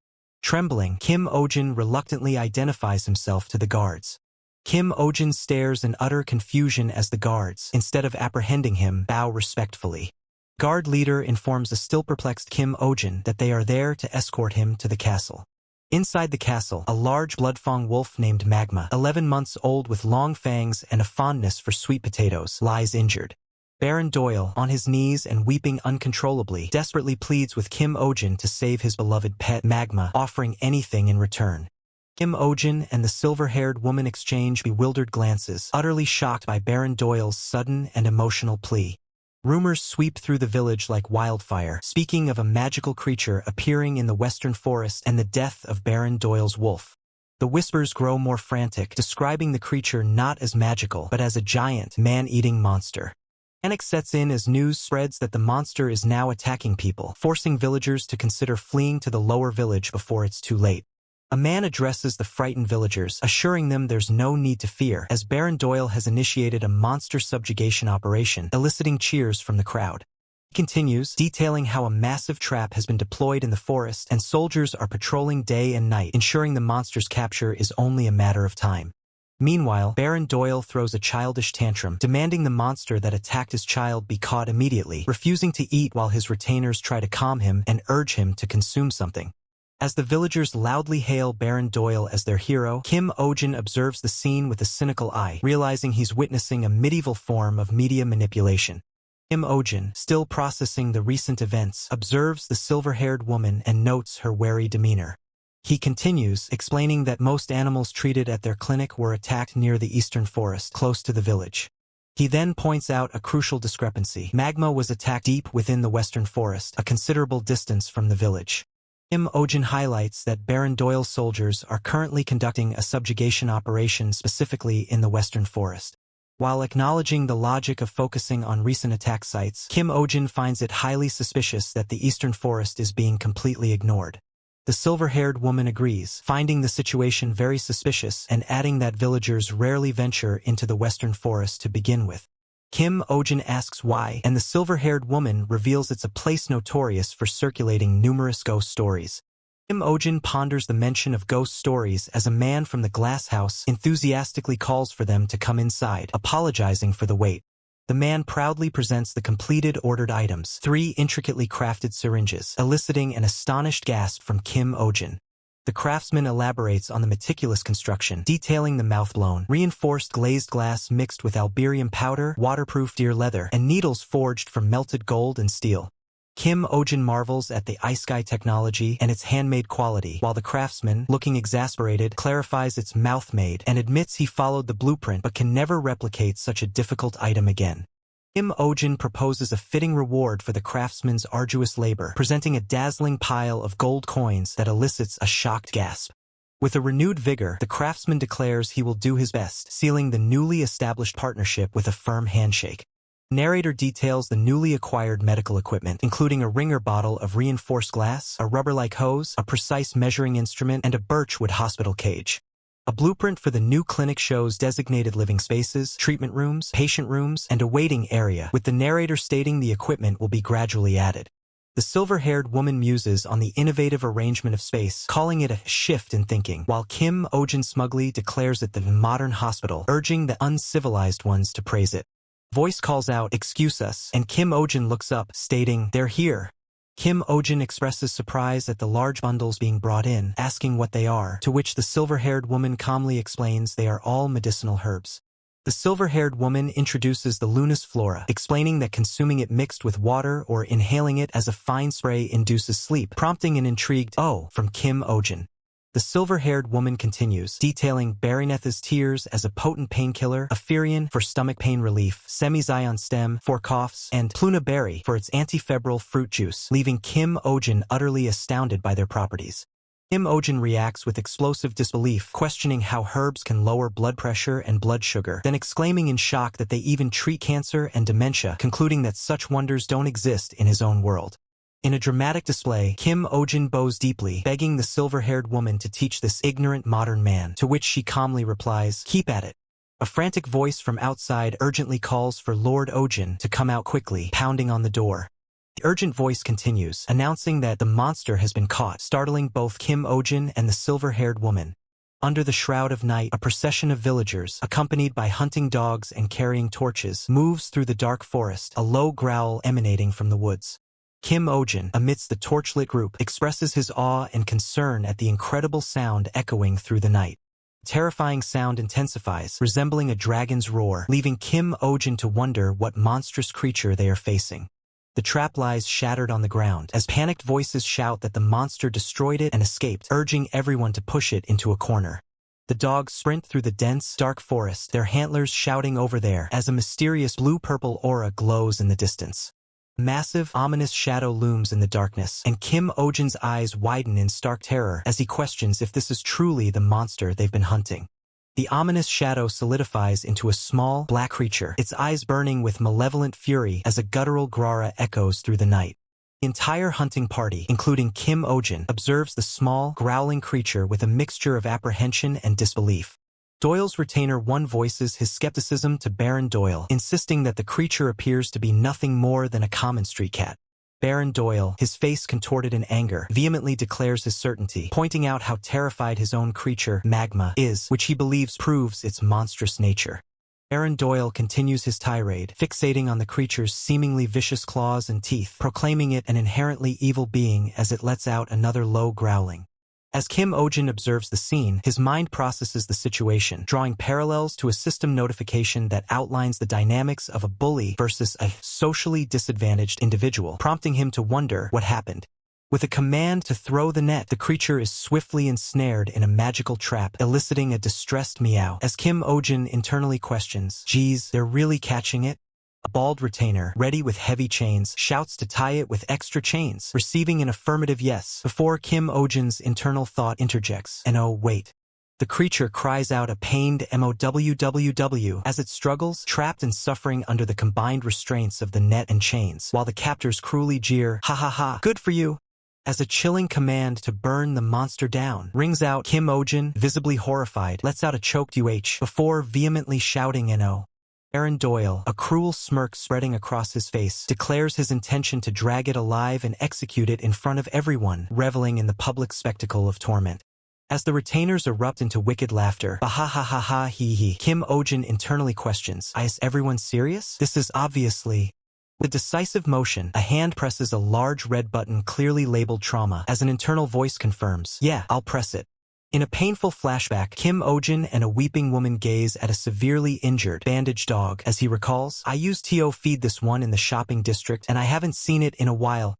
Kim Ojin's expression hardens into anger as he declares, "Someone did this," his gaze shifting with a choked waiu of accusation. His face contorted in pure rage, Kim Ojin grits his teeth and snarls, "You demon bastards," as a system notification identifies this as a memory of Ojin's most hated owners, one animal abusers. Back in the present, the creature, letting out fierce grrr sounds, begins to violently rip apart the net and chains, prompting a frantic retainer to shout, "That bastard is ripping the net apart. Hurry and entrap it." Kim Ojin suddenly screams, "Stop," before issuing an urgent command for everyone, "Close your nose and mouth," leaving the retainers looking bewildered, questioning. Kim Ojin points dramatically at the struggling creature, exclaiming, "Look at that bastard's forehead. It's the mark of the demon." Baron Doyle's eyes widen slightly as he repeats, "Mark," his expression shifting from arrogance to surprise. The silver-haired woman, her eyes wide with apprehension, echoes the words, "Of the demon?" The creature's face is shown in detail, highlighting the clear pattern of the word M on its forehead, along with the scar above it, as Kim Ojin dramatically concludes, "That's..." Kim Ojin's face contorts in terror as he reveals the horrifying truth. The mark signifies the great demon that will bring a global plague, specifically the mark of Corona, the great pandemic. The terrifying demon, Corona, looms over the struggling cat-like creature, which now pulsates with ominous purple energy, confirming that symbol. It's the mark of the great demon Corona, the great pandemic. Baron Doyle and his retainers stare in stunned confusion, one of them asking, "Corona? What's that?" Kim Ojin begins to explain the plague's terrifying origin. The first TO spread the plague was a small rat, a servant of the demon. He continues, revealing that then, a cat that devoured those rats and absorbed their magic became an even stronger plague carrier than the rats. A larger, more menacing cat, radiating purple energy, rears up. Kim Ojin emphasizes this evolved plague carrier and appeared in this land. With a grave expression, Kim Ojin declares, "That is the plague, Corona." He issues a dire warning. Once the disease begins to spread, half the population here will vanish. The severity of his words elicits a shocked "what the" from the listeners. Doyle's retainer one exclaims in disbelief, "What the heck? I never heard anything like that in my life." Then turns to Kim Ojin, demanding, "Do you think we're stupid or something?" Before Baron Doyle interjects with a thoughtful, "Wait a moment." As Baron Doyle sits atop his horse, deep in thought, Doyle's retainer too tentatively addresses him, "My lord," awaiting a response that doesn't immediately come. Baron Doyle finally breaks his silence, his brow furrowed in doubt as he questions, "Is that really true?" Kim Ojin, with an earnest but slightly exasperated expression, confirms the truth of his story, stating, "Yes, it really happened where I used to live." Kim Ojin continues his explanation, revealing that to defeat that demon, they would need specific items, as a medical mask, a pack of pills, and a small device float eerily in the air.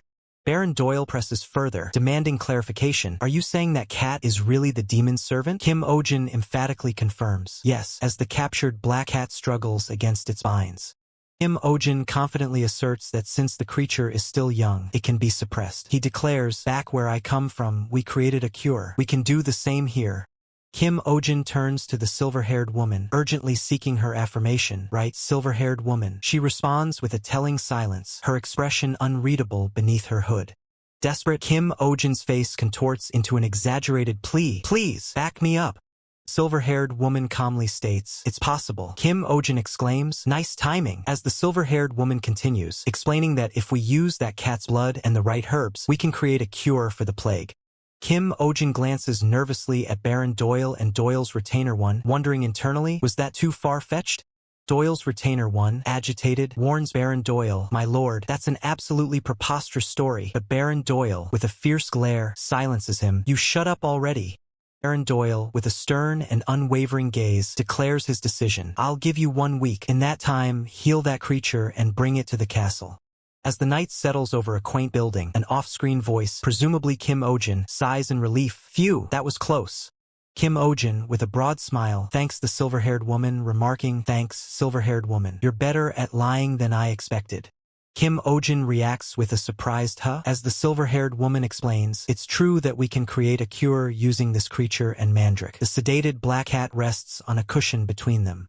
Silver-haired woman's eyes widen as she realizes the scale of the task, stating, "Though one won't be enough, we will have to grind up hundreds of mandrakes." A thought bubble reveals her inner distress as a sentient plant creature whimpers, "Ugh, no." The silver-haired woman turns, looking intently at Kim Ojin as she asks, "Why do you want to save that animal in the first place?" The sedated black cat rests peacefully on a cushion, but Kim Ojin explains the precarious situation. "It's sedated for now, but when it wakes up, it'll be more than what we can handle." Kim Ojin, arms crossed, confidently asserts, "This creature isn't the one that attacked the village animals." The silver-haired woman reacts with a silent exclamation of surprise. Kim Ojin elaborates, presenting his findings. "I've kept records of the symptoms and injuries from all the harmed animals." He points out that the animals around here had wounds of similar size and shape, as detailed reports and sketches are displayed. He emphasizes the distinction, highlighting a specific report, but Coronas are different. The detailed drawing of a wounded dog illustrates his point. Kim Ojin concludes his evidence, pointing to the stark differences in the wounds, the size and shape of the claws, even the intensity of the wounds. They were caused by a completely different animal. Ethereal claw marks and paw prints glow against a dark background. Holding the documents, the silver-haired woman processes the information, confirming, "So, it was Magma who hurt the village animals all this time, and this cat only attacked Magma, right?" Kim Ojin confirms, "Yes," but then adds a caveat, his expression turning thoughtful. "But there's something odd." Kim Ojin's thoughts drift to Baron Doyle, who is depicted with a sinister aura alongside a chained, glowing-eyed wolf-like creature. Kim Ojin deduces Baron Doyle has been using his authority to cover up Magma's attack until now. So why is he suddenly blaming another animal and launching a public hunt? Realization dawns on Kim Ojin, his expression serious as he concludes, maybe this flashy hunt is just a cover and this cat is the true target. The silver-haired woman nods in understanding, connecting the dots. I see. It would explain why he tried to capture it instead of killing it and why he fell so easily for a clumsy lie. She then mutters to herself, a hint of embarrassment. Clumsy. Kim Ojin's attention is drawn to a detail on the sedated cat. Also, that scar on its forehead doesn't look like a normal wound. It's bothering me. The unique star-shaped mark is clearly visible. With a resolute expression, Kim Ojin declares his intent to uncover the truth, vowing, I'm gonna get to the bottom of this, whatever this little one went through.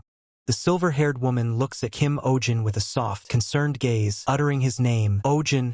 Kim Ojin leans down close to the black cat, intensely sniffing it, a series of sniff sounds indicating his thorough examination. The silver-haired woman watches from the side. Kim Ojin revels in the cat's warmth, finding it incredibly soft and squishy.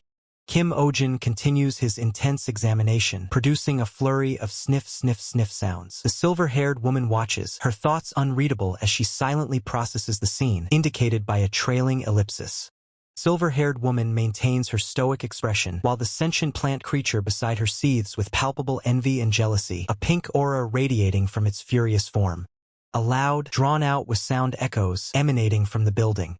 Villagers outside react with alarm, one questioning, what is that sound? A monster, as another admits they've never heard such a creepy noise in my life. Villager excitedly proclaims, haven't you heard? Kim Ojin is fighting a demon right now. This news is met with a shocked demon, before another clarifies, he's purifying the demon that spreads plague. The narrator reveals the villager's rapidly forming belief. Unbelievable, so he really isn't just a regular vet. He's a wizard from another world. The crowd outside the building cheers, fists raised, shouting long live. The narrator notes that's how medieval public opinion was formed. Back inside, Kim Ojin, with a somewhat unsettling smile, tries to coax the cat, let's eat just one spoon, and praises it. Good boy. Black Cat, enraged, violently swats away the food, sending Kim Ojin stumbling backward with a cry of a sake as the cat lets out furious wong meows. With fur bristling and furious eyes, the black cat lets out a drawn-out wow sound, making Kim Ojin internally lament, ugh, this guy's got a real temper. The silver-haired woman thoughtfully observes the cat, asking Kim Ojin, doesn't it look smaller than it did 3 days ago? Kim Ojin, surprised by the realization, confirms, you're right. Not just the weight, even the body size is way smaller than before, as a visual comparison shows the cat shrinking from 80 centimeters at 7 kilograms to 60 centimeters at 5 kilograms. The silver-haired woman deduces, so it really is a demonic beast. Maybe it's shrinking because it's losing mana from its body. Kim Ojin, with bits of food still clinging to his hair, mutters exasperatedly, mana or whatever, this thing really needs to eat. The situation is a vicious cycle. It gets angry from hunger, then burns more energy from the anger, which makes it hungrier, a vicious cycle of hunger and rage. Kim Ojin, looking dejected, wishes for a solution, thinking, if only I had the demonic snack churu right now. Suddenly, Kim Ojin clutches his chest, crying out orgy as a sharp pain strikes him, making him question, why is my chest suddenly in pain?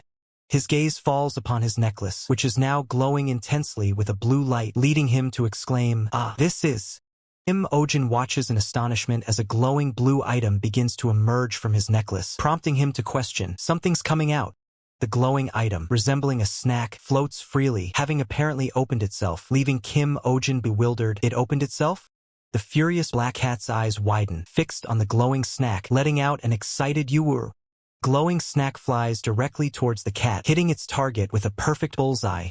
The cat happily devours the snack, making contented chew sounds, its eyes sparkling. Kim Ojin beams, exclaiming, yes, that's it, as he holds the now calm and eating feline. The silver-haired woman watches with a deadpan expression as Kim Ojin coos, baby was so hung, why so yummy, nom nom and oem. Kim Ojin beams, cradling the cat as it happily munches, making munch chew and nom nom sounds, surrounded by floating hearts. The black cat continues to eat the snack with intense focus, its hunger finally sated. The silver-haired woman's eyes widen in realization, exclaiming, that's... A close-up on the cat's head, its glowing marks pulsing, as the silver-haired woman finally understands, ah, I see now, that's what it was. With clarity, the silver-haired woman states, everything makes sense now, as Kim Ojin happily watches the cat continue to feast, surrounded by a gentle aura of contentment. The silver-haired woman's realization solidifies. The creature before them, which Kim Ojin treats as a mere pet, is far more than it seems. She thinks, as I thought, that thing is not a cat. A powerful emblem appears, showcasing a majestic, horned, lion-like beast, identified as a rhinoceros. This creature holds a deeper significance. In an age-long past, when dragons vanished and mana flowed freely, the rhinoceros were revered as mythical beasts and sacred beings, alongside other legendary creatures. Wherever their sacred horns touched, dry lands were instantly blessed with life-giving water, transforming barren landscapes. Divine influence extended further, as dark lands were illuminated with light, dispelling all shadows. All these blessings stemmed from the rhinoceros's heart, which possessed the astounding, innate ability to generate immense mana.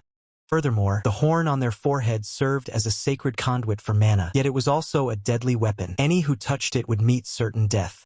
After a devastating mana famine, the rhinoceros's numbers dwindled. To survive, they began mimicking smaller animals, but never abandoned their inherent pride as mythical beasts. Only one being could safely touch a rhinoceros's horn, the spirit of healing, a radiant figure with a gentle touch. Back in the present, a litter box reveals a successful training session. The cat, Kim Sunja, has learned to use the toilet. Kim Ojin, ecstatic, showers Kim Sunja with praise, exclaiming, "Good job, Kim Sunja, let's have some churu." The legendary mythical beast meows in response.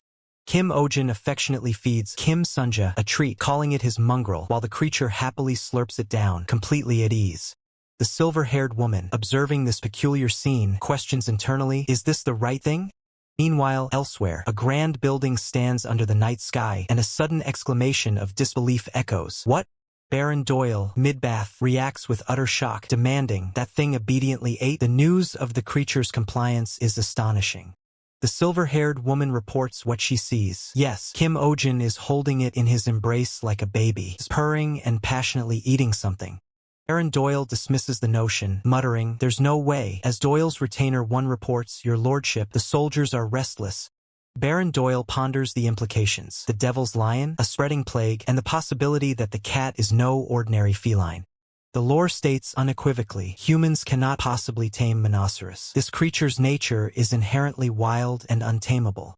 In the worst-case scenario, the mana within a rhinoceros could turn toxic, causing them to detonate. Its immense power could bring an entire nation to its knees through the plague it spreads. Kim Ojin, visibly distressed, recounts a past disaster. "It actually happened in my world before. The whole world had to fight the plague for years." Baron Doyle, deep in thought, recalls a critical piece of information. "But I heard rhinoceros never eats anything a human gives." Baron Doyle, still contemplating, wonders if Kim Ojin possesses some secret knowledge. Does that brat know of a special method that we don't know about? Back at the clinic, a sign hangs, and the next patient is called forward, signaling a return to routine. A cheerful clinic assistant calls out, "Guardian of the Pink Fairy, please head into the examination room." The assistant directs them. "The examination room is this way. We'll measure the child's weight once we're inside." Kim Ojin reflects, "That's right, this is what a clinic is, up until now." Silver-haired woman, annoyed by the noise, snaps, "Hey, it's too loud." Kim Ojin tries to explain, Jingle Pet originally makes noises even when it's standing still, but she retorts, "Not it, but you. Should I silence you with magic?" Selena. The silver-haired woman, with a stern expression, declares, "I've told you it's not your turn. Maintain order." Kim Ojin cries out, "Selena," as magic erupts, causing violence inside the clinic. The silver-haired woman abruptly announces, "I'm going out for a bit." Kim Ojin, exasperated, protests, "Where are you going during the examination?" as she takes a sudden half-day leave. The silver-haired woman abruptly announces, "I'm going out for a bit." Kim Ojin, exasperated, protests, "Where are you going during the examination?" as she takes a sudden half-day leave. The note left behind reads, "I'll be off for the next few days, Selena." A system notification declares, "Absence without leave." Kim Ojin clutches the note, his face contorted in disbelief and distress. This is a just cause for dismissal, right? Does she think she's a veterinarian? Even vets don't do this.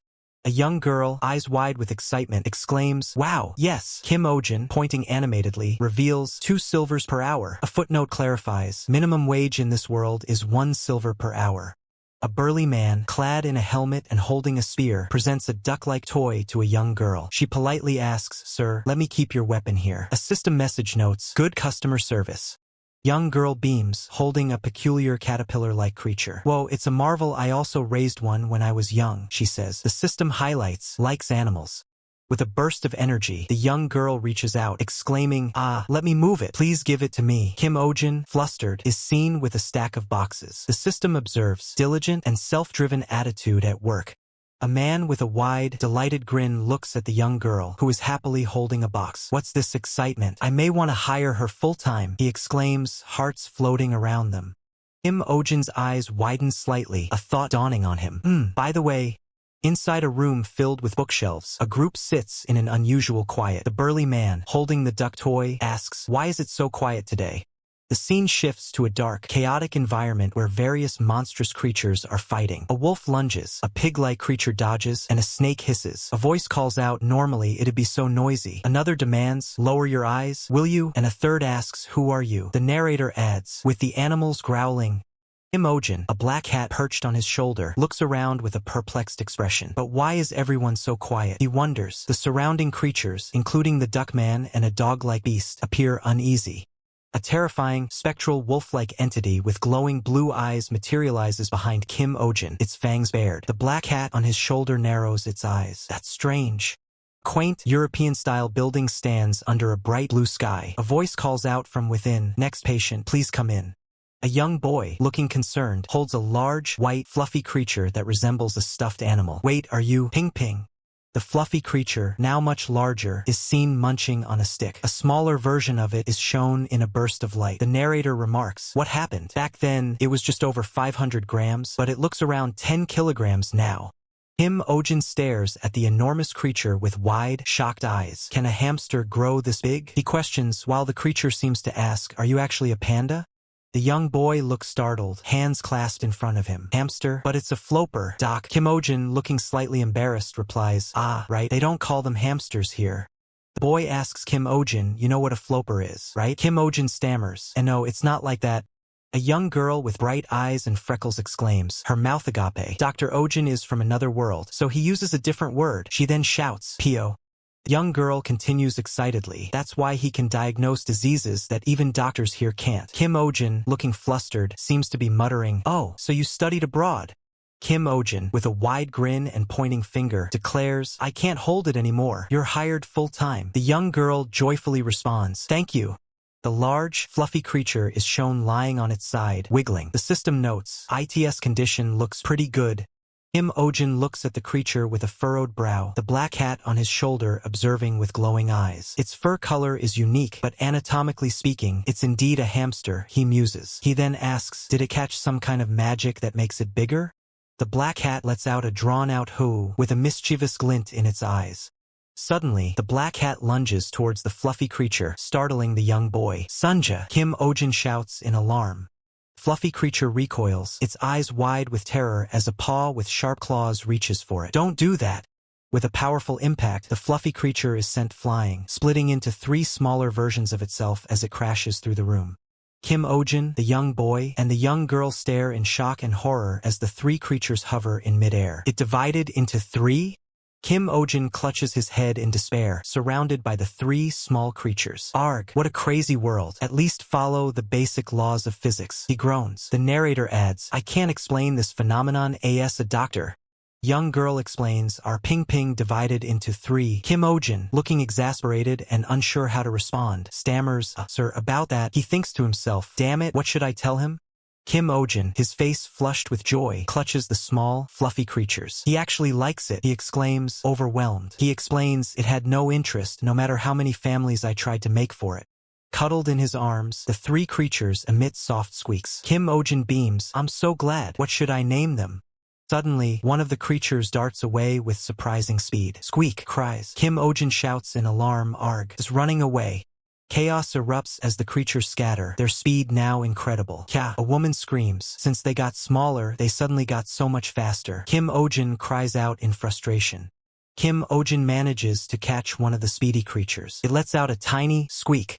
It holds the small creature, which lets out another soft squeak.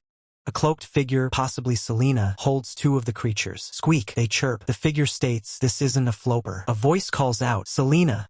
The cloaked figure, Selena, looks at the creatures with a questioning gaze. It's a bloob, she says. Another voice asks, bloob, where did they come from? Selena explains, I don't know either. I got it as a gift from my father. Meanwhile, Kim Ojin asks, is our Ping Ping a demonic creature? A young girl adds, I'm thinking of looking into that now. The three creatures are now in a small pen. A voice instructs, so get them hospitalized. Kim Ojin reacts with shock. What, suddenly? Selena reassures Kim Ojin, don't worry. I'm not going to dissect it. We don't engage in any unethical medical practices. Selena declares. Kim Ojin, still skeptical, asks, can I trust you? A voice states, bloobs aren't naturally occurring animals. Kim Ojin questions, what then? Selena, illuminated by candlelight, reveals they're experiments made by a mad mage. A wild-looking figure with mechanical arms emerges from dark energy. Kiki cackles. Kim Ojin stares in disbelief. That's insane. There are mad scientists in this world too. Selena, holding a bloob, adds, but he's not that bad of a person. She continues, of course, that doesn't mean we can overlook his mistakes. Bloobs are back in their pen. A thought bubble appears. Mistakes? A voice muses. I thought bloobs have disappeared, but I didn't think I'd see it in a place like this. The voice continues, has it been 100 years? Kim Ojin exclaims, what, just how old are you? A black cat with a star on its head watches them. The black cat growls, Jirrrr. A voice asks Sunja, what's wrong all of a sudden? Fist pounds forcefully on a wooden door. Kim Ojin, a voice shouts, yo, open the door. Kim Ojin and Selena exchange a look as the door is being pounded on. They react. Baron Doyle arrives with his retainers, his expression stern. Baron Doyle is here, a voice announces. Baron Doyle, enraged, shouts, bring out the monster. He continues, I was trying to figure something out, whether to hide it or help escape within a week. Meanwhile, Kim Ojin is trying to feed a black cat, which refuses. Eat, Kim Ojin urges. No, the cat retorts. He explains, I couldn't prepare because I was busy dealing with feeding it. Kim Ojin, with a forced smile, greets Baron Doyle. Oh dear Baron, you've arrived. He wonders, where did Selena run off to already? How cowardly. Baron Doyle dismisses the offer of tea. Forget it. Just bring me the monster. Kim Ojin panics internally. Oh no, what should I do? The treatment isn't finished yet. A retainer shouts, don't lie. Baron Doyle's retainers point accusingly. If you're running the clinic just fine, doesn't that mean the treatment's already over? One shouts. The other agrees, that's right. Baron Doyle sighs, well. Kim Ojin stammers. There was a slight issue that came up during the treatment process. Baron Doyle asks, issue? A purple vortex appears as a figure, possessed by an evil spirit, cries out, Kaya. The figure explains, while I was exorcising the evil spirit, a mysterious imprint formed somehow between me and the cat. Baron Doyle questions, imprint? The possessed figure continues, in other words, we're now bound together. We can't be separated anymore. Kim Ojin stares in shock, the black cat peeking from a cage. The possessed figure continues, in other words, we're now bound together. We can't be separated anymore. Kim Ojin stares in shock, the black cat peeking from a cage. Kim Ojin, with a sly grin, probes further. Anyway, why do you have a black hat that looks just like this one, locked up in your manor, Baron? Baron Doyle's eyes widen in disbelief, a look of shock crossing his face. How does this guy know about that? Kim Ojin presses on, his grin widening. Don't tell me, you're planning to smuggle this cat out and execute an innocent one instead? Baron Doyle stammers. What are you talking about? Kim Ojin's expression turns serious. From the start, the one harming the village animals wasn't the cat. It was your wolf, Baron. Baron Doyle recoils, his face a mask of outrage. What kind of bullshit are you spouting? Do you have any proof? Kim Ojin confidently presents a medical record. If it's proof you want, here it is. If you compare the wound details recorded in the medical chart with the claws of magma, suddenly the paper is ripped apart. Gah! One of the retainers, with a smug look, holds up the torn pieces. Oh dear, the evidence just vanished? Fucking analog. When the hell are we switching to digital documentation?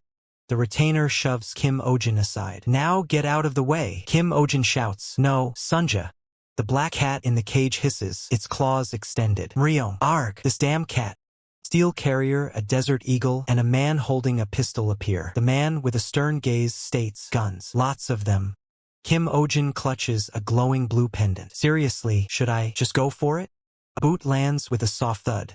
Baron Doyle, seeing the leader, gasps in recognition. Why you are. And the mana circle wrapped around your forehead. Baron Doyle, flustered, stammers, it's an honor to meet you. How could the sacred Etherian order come to such a shabby place? He mutters, shabby, you say. Kalia, the leader of the Etherian order, looks on with a calm, knowing smile.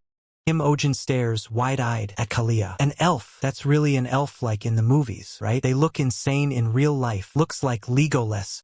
Kalia addresses the hooded woman. Was the reason Selena was away for a few days because she was bringing these people here? Here it is.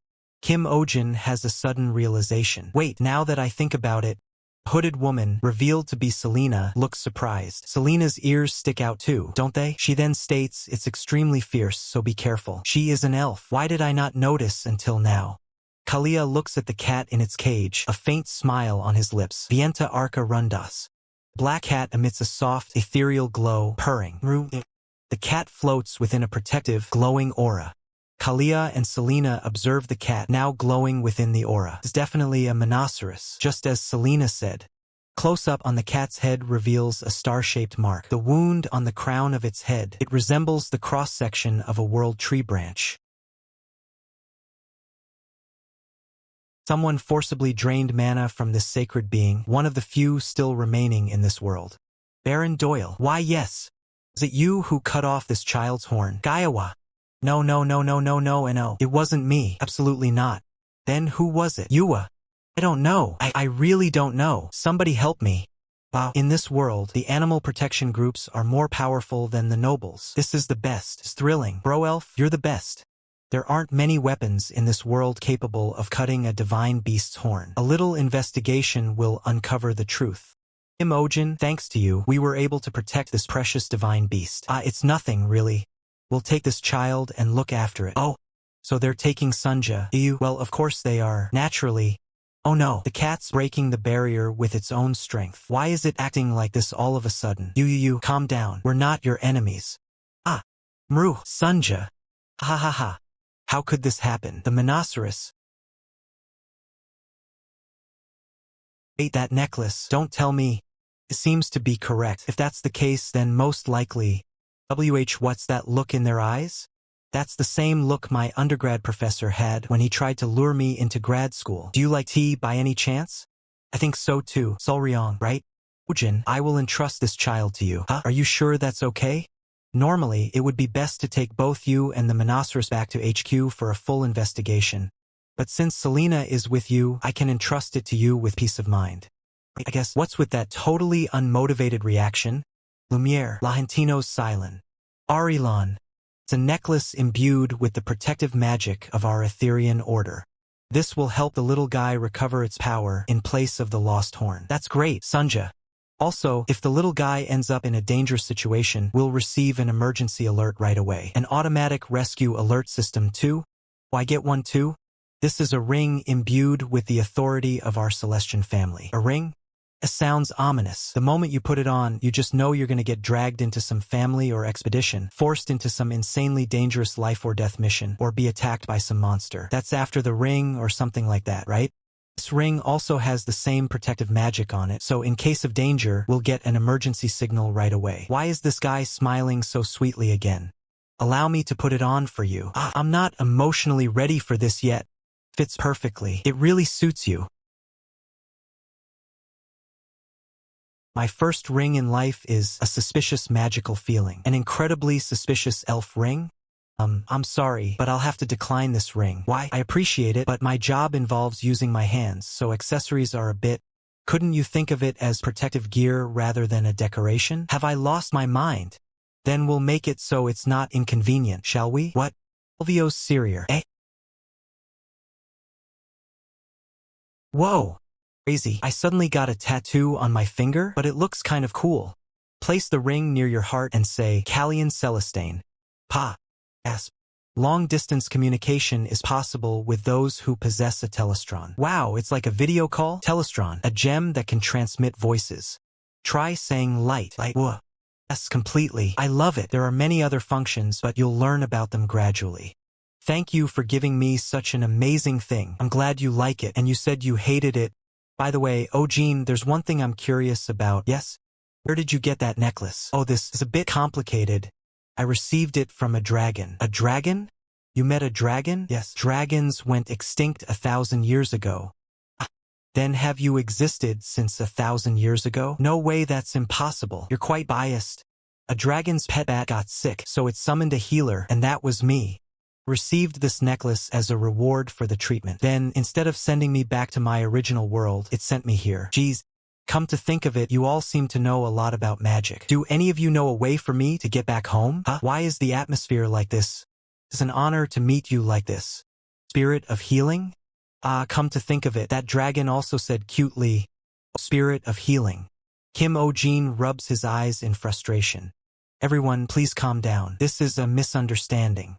I was summoned purely by the dragon's mistake. Oops, a mistake to begin with. The bat was sick due to poor management, so there wasn't even anything for me to treat. But you received a necklace imbued with the dragon's power. Well, I had to receive payment for the house call, especially after being forcibly brought here. Oh, Jean, yes? This world is currently facing a serious crisis. Have you heard about mana? No. However, starting with the extinction of dragons, many divine beasts began to disappear. Sensing the crisis, the world's leaders created an organization to devise countermeasures. That's how our Etherion Order was born. Oh, is it like an environmental inspection agency? Jean, there's a legend that has been passed down in this world for a long time. The spirit of healing, wearing the power of the dragon around their neck. You mean me? That's right. We've been waiting for you to appear. Wait a moment. From today on, our Celestian family and the Etherion Order will dedicate our lives to protect Kim O-jin, the spirit of healing. What? Hey, that's not necessary. Hey? Dragon, you bastard. Oh no, this is driving me crazy. Yes, next patient please. Profile for Lumi, a flying fish, age 42, popular as a pet. But why can't it fly? Could it be due to aging? The average lifespan is 50 years, and it's already 42. I see. Doctor, is there any way to slow down the aging process, or make it fly even temporarily? That's difficult. The aging of pets is a natural process. You need to accept and acknowledge it. Actually, our father has been bedridden due to illness since last year. Two small, blue fish-like creatures float in a dark, starry expanse. Their simple, expressive faces hint at a gentle nature. One of the blue fish rests on a plush cushion. Below, an elderly man with a long white beard lies in bed, surrounded by three of the same fish. The narration reveals, after father became bedridden, the children started to become sickly too. Eventually, they stopped being able to fly one by one. A woman with long, wavy pink hair and tired eyes gently cradles one of the blue fish. The dialogue box above her states, "Now Lumi is the only one that can fly." Elderly man, still in bed, holds the blue fish Lumi in his hand and offers it a small piece of food. He smiles warmly, and the narration explains, Lumi was father's favorite. He always took her wherever he went. In a room with shelves of bottles, the pink-haired woman and a young man with dark hair and a surprised expression are talking. Another young woman with blonde hair and a hood stands behind them. The pink-haired woman says, "Actually, I heard that father gave Lumi to mother when he proposed." The blonde-haired woman exclaims, "A fish instead of a ring?" A close-up on the young man's shocked face, his mouth agape. The blonde-haired woman, still hooded, asks incredulously, "Really?" The pink-haired woman, looking animated, explains to the young man, "It's not the case now, but until a few decades ago, flying fish could emit light from their bodies." The young man looks bewildered, asking, "Light? Phosphorescence?" Breathtaking scene unfolds in the night sky. A school of glowing blue fish flies amidst stars and nebulae. Below, a crowd of people gazes up in awe and joy. The narration explains, the sight of flying fish flying in groups in the night sky was as beautiful as stars. So they were very popular animals for important events and festivals. Back in the room, the pink-haired woman clasps her hands in excitement, looking at the young man. The narration states, "That's why Dad also released Lumi, which he had obtained with difficulty, into the night sky and proposed." The young man looks exasperated, muttering, "Using animals for events." A tender moment is depicted. The young man and a woman with long red hair embrace amidst a backdrop of glowing flowers and floating blue fish. The narration concludes, "That's how our parents had a happy marriage." The elderly man sits in a dimly lit room, holding a single blue fish. His expression is somber. The narration states, "But a few years ago, Mom passed away due to illness, and Dad also started to fall ill." The pink-haired woman, holding Lumi, looks worried. The background shows bookshelves. She says, "Now he's shut in his room, taking care of flying fish all day long." The pink-haired woman looks at the young man with wide, distressed eyes, clutching Lumi. She exclaims, "Recently, he even said that if all these children can't fly anymore, his life will be over too." The young man recoils in shock, gasping, Withered leaf falls outside a window, a stark symbol of decay. In bed, the elderly man looks frail, his eyes fixed on the falling leaf. He whispers, "Is this the last leaf? When that leaf falls, I'll die too." Below, the young man's face contorts in anguish, asking, "Father, are you an extreme F?" The blonde-haired woman, looking exasperated, asks the young man, "Can't we just buy a new, lively flying fish?" He shakes his head vehemently, responding, "That won't work." She then questions, "Are you perhaps an extreme T?" The pink-haired woman pleads with the young man, tears welling in her eyes. "Oh, Jean, please, I beg you." The young man stammers in response, "Why, yes?" Young man looks at the pink-haired woman with a troubled expression as she holds Lumi. She continues her plea, "Please make Lumi healthy again so she can fly." A speech bubble dramatically declares, "Save our father from despair." Below, Lumi rests on her cushion. The pink-haired woman insists, "I told you she's healthy? This is just aging." The elderly man, back in bed, gently holds Lumi. His gaze is distant, filled with sorrow. The narration reveals his inner turmoil. "If Lumi doesn't fly again, my father will lose all hope in life." Pink-haired woman, tears streaming down her face, cries out, "Please, help Lumi fly again." The young man looks overwhelmed, stating, "I told you it's just because of natural aging." She then pleads, "Please help my father." He replies, "For your father, you need to consult someone else." The young man runs his hand through his hair, a pained smile on his face as a system box displays. But the thing is, young woman with cat ears on her headband cries while hugging a white cat. She says, "My oldest won't eat, so I can't either." The narration urges, "At least you need to eat and stay strong as the guardian." The young man, also crying, hugs the white cat. He asks, "So he can't run because of old age after all, huh? If my baby passes away, I don't want to live either." The cat, with a human-like expression, seems to respond, "His kneecap is dislocated. Please take care of that." The young man looks away with a determined yet weary expression. A speech bubble above him demands, "Please promise me." Suddenly, a group of elves appears, surrounding the young man. One of them, with blonde hair and a crown, exclaims, "Oh, spirit of healing!" The young man is taken aback, shouting in surprise. The young man's eyes widen in terror, his mouth agape as he recoils. The scene is filled with a sense of dread. A speech bubble containing only ellipses floats in front of a window with a grid pattern, suggesting a moment of silent contemplation or a pause in conversation. The young man sits up in bed, looking startled and disheveled. Beside him, a black cat with white paws lies asleep, snoring peacefully. Young man, Oh Jean, beams with a tired but cheerful expression, waving. Someone exclaims, "Good morning," and then, "Ha, Oh Janim, your face." A young child in a hooded cloak, looking sleepy, tells Ojin, "Actually, I didn't sleep well last night either." Ojin looks at the child with a surprised expression. Kim Ojin, surprised, hears the child say, "Actually, I didn't sleep well last night either." He responds, "Well, not really." The child, looking troubled, explains, "It's heartbreaking. You made it out to be an aging symptom, but it actually must be because of lack of mana." Kim Ojin ponders the word mana, recalling a conversation from his childhood. "I remember hearing this from adults when I was little." Above them, 3 adorable flying fish, their bodies glowing, swim through the sky. A thought bubble appears. Flying fish stopped glowing. The scene shifts to one of the flying fish now grounded among the grass. The narration continues because the mana in the air decreased, and at this rate of decline, they'd lose their ability to fly. Kim Ojin, with a look of dawning realization, asks, "Is this like environmental pollution?" He then muses, "I guess this world's ecosystem is also falling apart." Suddenly, Kim Ojin is startled by a vision of 3 figures chanting, "O spirit of healing who will save this world, it is you." He clutches his head, exclaiming, "Ugh, that dream from yesterday came up again." A hooded figure, facing away from the camera, speaks to Kim Ojin and the child, not just the flying fish. The hooded figure, identified as silver-haired woman, elaborates with a serious expression. "More and more animals are getting sick. In most cases, the cause is either considered unknown or aging. A black cat, curled up and stretching playfully, is presented as the clearest proof of that." The text reads, "The clearest proof of that is this monoceros." Kim Ojin looks at the cat, Sunja, who is rolling around playfully. He recalls, right, Sunja was originally a lion. Though she's adorable as a cat too. Kim Ojin muses, picking up the cat, "I wonder what she looked like as a lion." The cat, Sunja, continues to groom itself, lying on its back. The question lingers, she'll groom herself like this when she becomes a lion too, right? Kim Ojin's eyes widen in confusion and surprise as he processes the thought, murmuring, "Groom?" A sudden realization hits him, and he exclaims, "Wait, Kim Ojin turns to the child, asking with urgency, what was the illness that the flying fish's guardian was suffering from? The child replies, something where bones weaken and break easily. Kim Ojin looks towards silver-haired woman, asking, Selena, what's the usual medicine for that? She begins to explain, this is just a rough idea.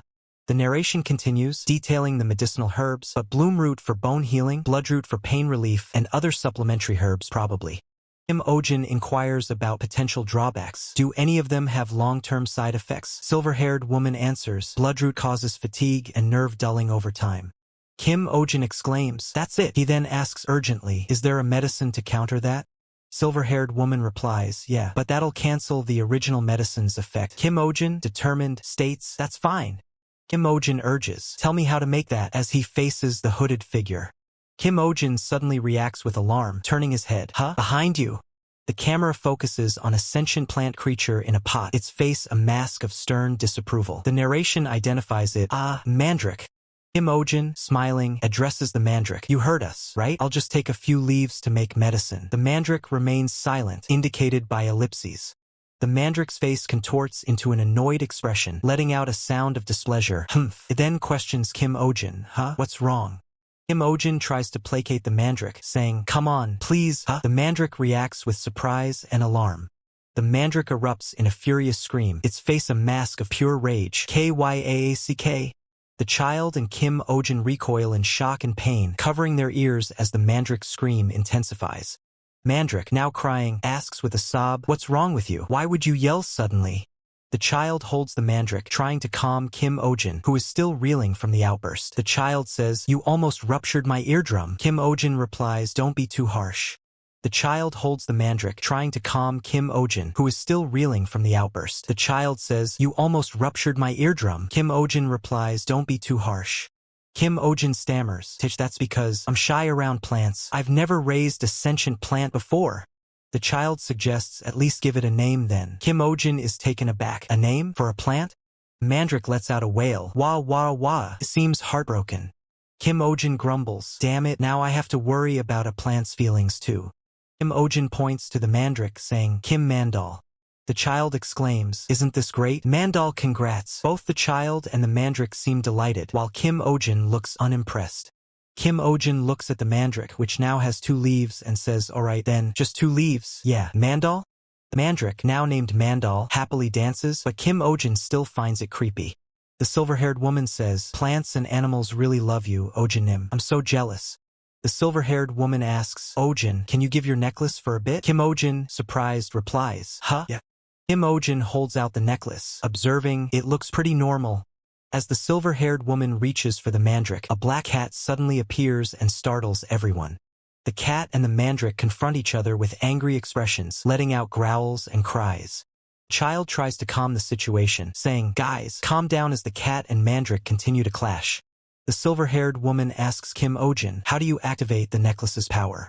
Kim Ojin explains, if I focus on thinking about what I want, my chest feels tight, and then the power just releases, I think. The silver-haired woman questions, your chest? Is the power connected to his heart? The black cat lets out a cry, Wong. Kim Ojin smiles, saying, just touching the necklace makes them come like it's snack time. Kim Ojin offers the cat a treat, saying, okay, I'll give you one. The silver-haired woman voices concern, but that means, right now, Kim Ojin is feeding his mana to Monoceros. Isn't that dangerous? Child hands Kim Ojin some crushed leaves, saying, Ojinim, here's the crushed leaves. Kim Ojin replies, thanks. Kim Ojin holds up a test tube containing a green liquid, presumably the crushed leaves. The silver-haired woman asks, should I bring you a visitation bag? Kim Ojin replies, yeah, a big one, please. Child asks, is he really the spirit of healing? The scene shifts to a grand, white mansion under a bright blue sky with fluffy clouds. A woman with long, wavy purple hair enters a room, holding a tray with a teapot and cups. She calls out, Dad, it's time for your meds. Man, presumably the father, lies on the floor in a blue robe, looking unwell. The woman rushes to his side, exclaiming, Dad! The father weakly replies, I'm fine. The woman asks, why did you try to stand up on your own? The father explains, it looked like Lumi wanted to see outside the window. The woman is shocked. You should have called me or someone else. Her bones are still very weak, so it could have been a disaster if something went wrong. I have little time left anyway. Why do you keep saying that? Your illness can get better. Luriel, people don't die only from illnesses. When all hope disappears, that's the moment when someone dies. Dad. People die because of misinformation and wrong prescriptions about their disease, and poor lifestyle and lack of proper care. Kim Ojin. Who are you? My name is Kim Ojin. I'm a veterinarian. The reason Lumi couldn't fly wasn't due to old age. It's because of the side effects of the drugs you were taking. What do you mean? I'm the one taking the drugs, but why is Lumi suffering from the side effects?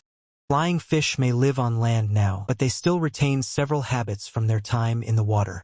One of the most notable is they groom the food or individuals they like.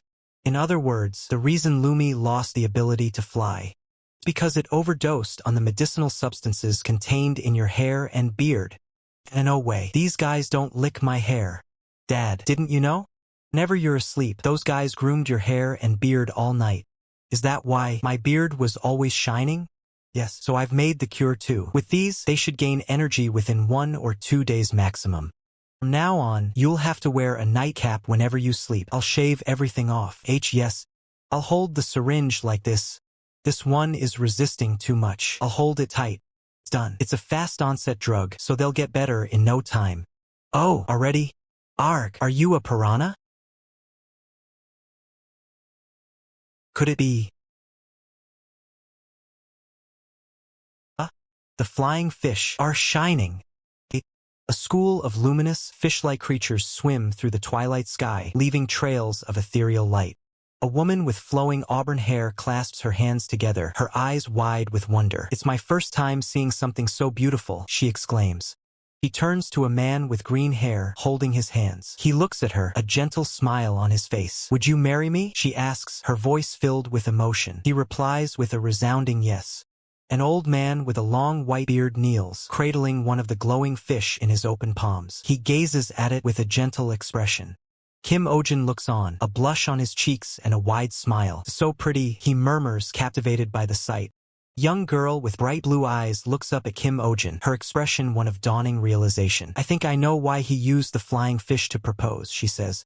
A woman in a dark green cloak stands behind Kim Ojin and the young girl, her expression serious. To shine and soar into the sky like that, she muses. The girl adds, but still, you shouldn't use animals for events. That's animal abuse. The woman agrees, yes. While the girl continues just by tasting Kim Ojin's blood and hair. The woman in the cloak, her gaze sharp and assessing, states, as I thought, he's no ordinary guy.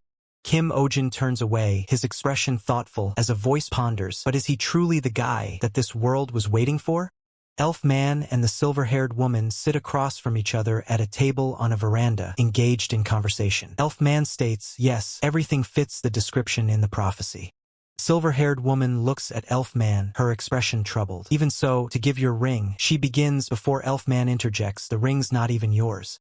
Elf Man sips from a teacup, a serene smile on his face. It's fine. That woman would have allowed it, he says, while a small, almost inaudible voice adds, the ring suits him well. Elf Man then calls out, Callian. Elf Man's gaze intensifies as he looks directly forward. Selena, Kim Ojin was chosen by Monoceros. He then asks, is there more definitive proof than that? Chaos erupts as 3 figures, including the sentient plant creature, flee in terror from an unseen threat, their faces contorted in fear. Elf Man's expression turns grave as he looks directly ahead. The rumor that the spirit of healing has appeared will soon spread throughout the world. The silver-haired woman looks at Elf Man, her eyes wide with concern. Are you going to use Kim Ojin as bait? Elf Man, seated and composed, replies to the silver-haired woman. So that's why Baron Doyle was let go and escaped. Elf Man's gaze shifts, his expression becoming distant and serious. Punishing 1 or 2 villains is an easy task. However, the 2 figures stand facing each other, a quiet tension in the air. Elf Man continues, we're just waiting for the truth to be revealed. The silver-haired woman looks away, her expression unreadable. I won't put him in danger whatsoever, so don't worry. They sit opposite each other again, the conversation resuming. Elf Man states, I know you came to this village for another reason, but isn't it quite a coincidence? The silver-haired woman's eyes narrow slightly as she recalls a past event. When I first saw Kim Ojin in the middle of the village, he was subduing a giant rabbit. Kim Ojin, with the white round creature beside him, seems to be using some sort of energy to interact with the giant, fluffy white creature. He mutters, I was bothered about the necklace he was wearing, so I thought about watching over him a bit closer. Silver-haired woman looks at elf man, her expression skeptical. It's true that he's special, but I don't see him as the spirit of healing. Elf man takes a sip of tea, a knowing smile playing on his lips. You'll find out if you keep watching over him. Elf man's hand is shown holding a teacup, the liquid within steaming gently. He states, as you know, the prophecy about the spirit of healing isn't only about world salvation.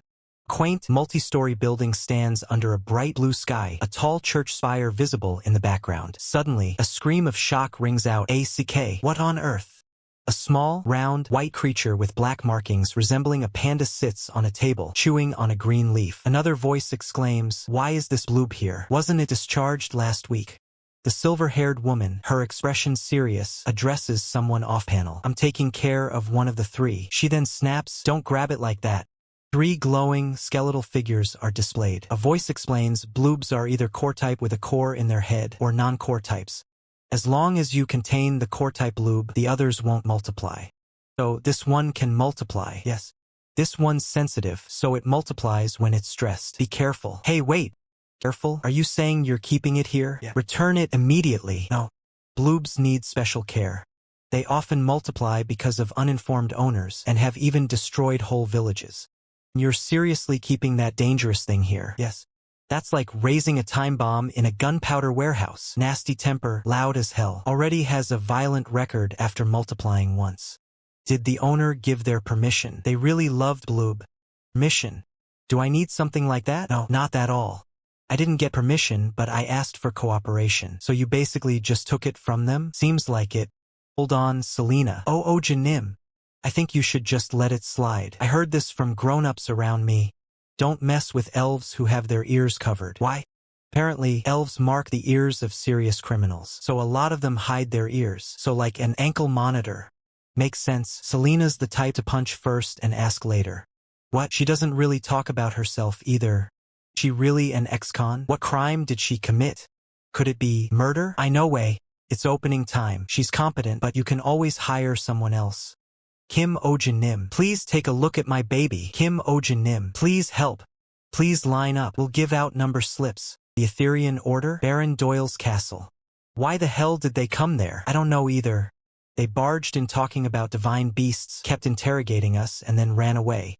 I'm sorry, I'll get it back. And how do you plan to steal from the Etherean Order? Don't have to. Kim Ojin has it. What? That can't be possible. Monoceros can't coexist with humans. I thought so too, but no way. Knows about this. Me, my men, the butler, and... Did you silence them? Silence? You idiot. Is your head just a decoration? I'm sorry. Round up everyone who was there that day. Okay. Please, I'm stressed. I got chewed out for an hour straight. Call Theodore and Alex. Now, they're on leave right now. What? They kept whining about overtime, so I gave them time off. As if they've actually done something. Cancel their leave and drag them back. Well, they've already left, so I don't know where they went. I have a hunch we're seriously screwed. Saw them with my own two eyes. Whoa, Callie and Celestian. The Etherean Order in this countryside? Why'd they come? That. Did you hear? The Etherean Order went to Kim Ojin's clinic. Why? Something about an endangered species.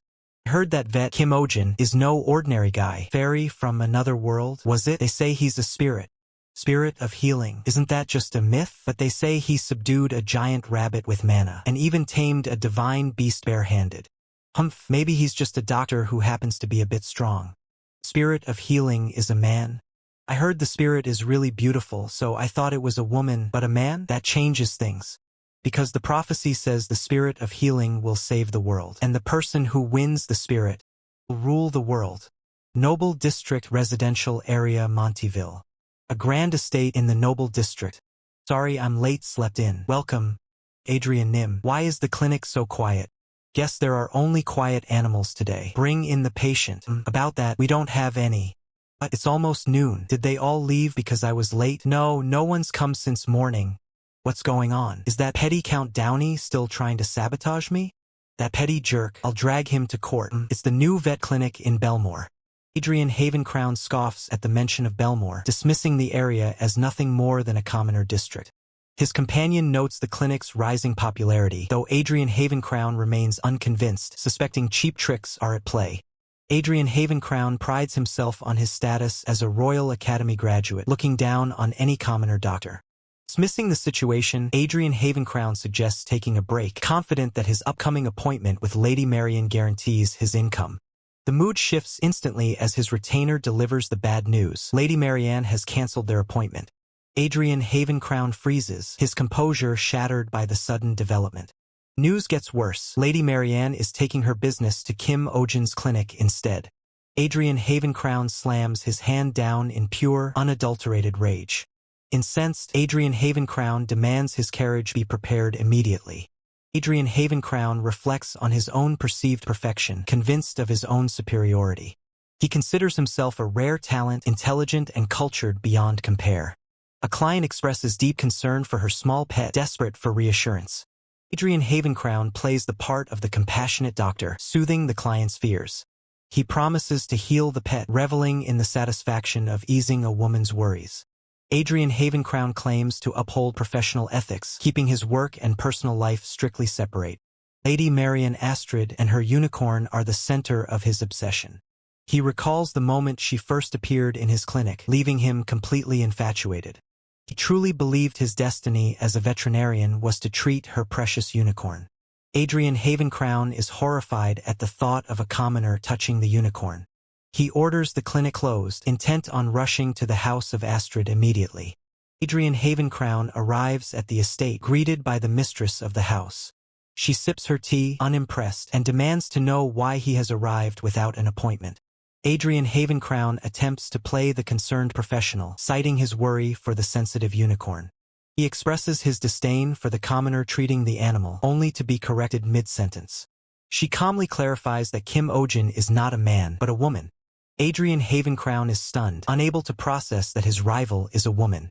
She notes that despite being a commoner, Kim Ojin is surprisingly skilled and quite beautiful. Adrian Havencrown is completely flustered, his face turning bright red at the description. She teases him further, describing Kim Ojin as a fairy or an angel, sending Adrian Havencrown into a spiral of infatuation. She coldly reveals that she made it all up just to see his reaction, and immediately orders him to be escorted out. The man frantically protests his innocence, claiming he isn't some lecherous creep, but the guards are already dragging him away. She remains unimpressed, noting that he isn't even bothering to hide his true intentions anymore.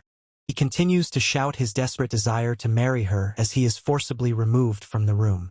A carriage travels through the woods as he decides that he must take matters into his own hands and meet Kim Ojin personally. He sits in contemplation, confident that his deep knowledge of unicorns will give him the upper hand. Contrary to popular belief, unicorns aren't just drawn to pure women, they are far more discerning creatures. They rely on a highly developed sense of smell to judge the character of anyone who approaches them.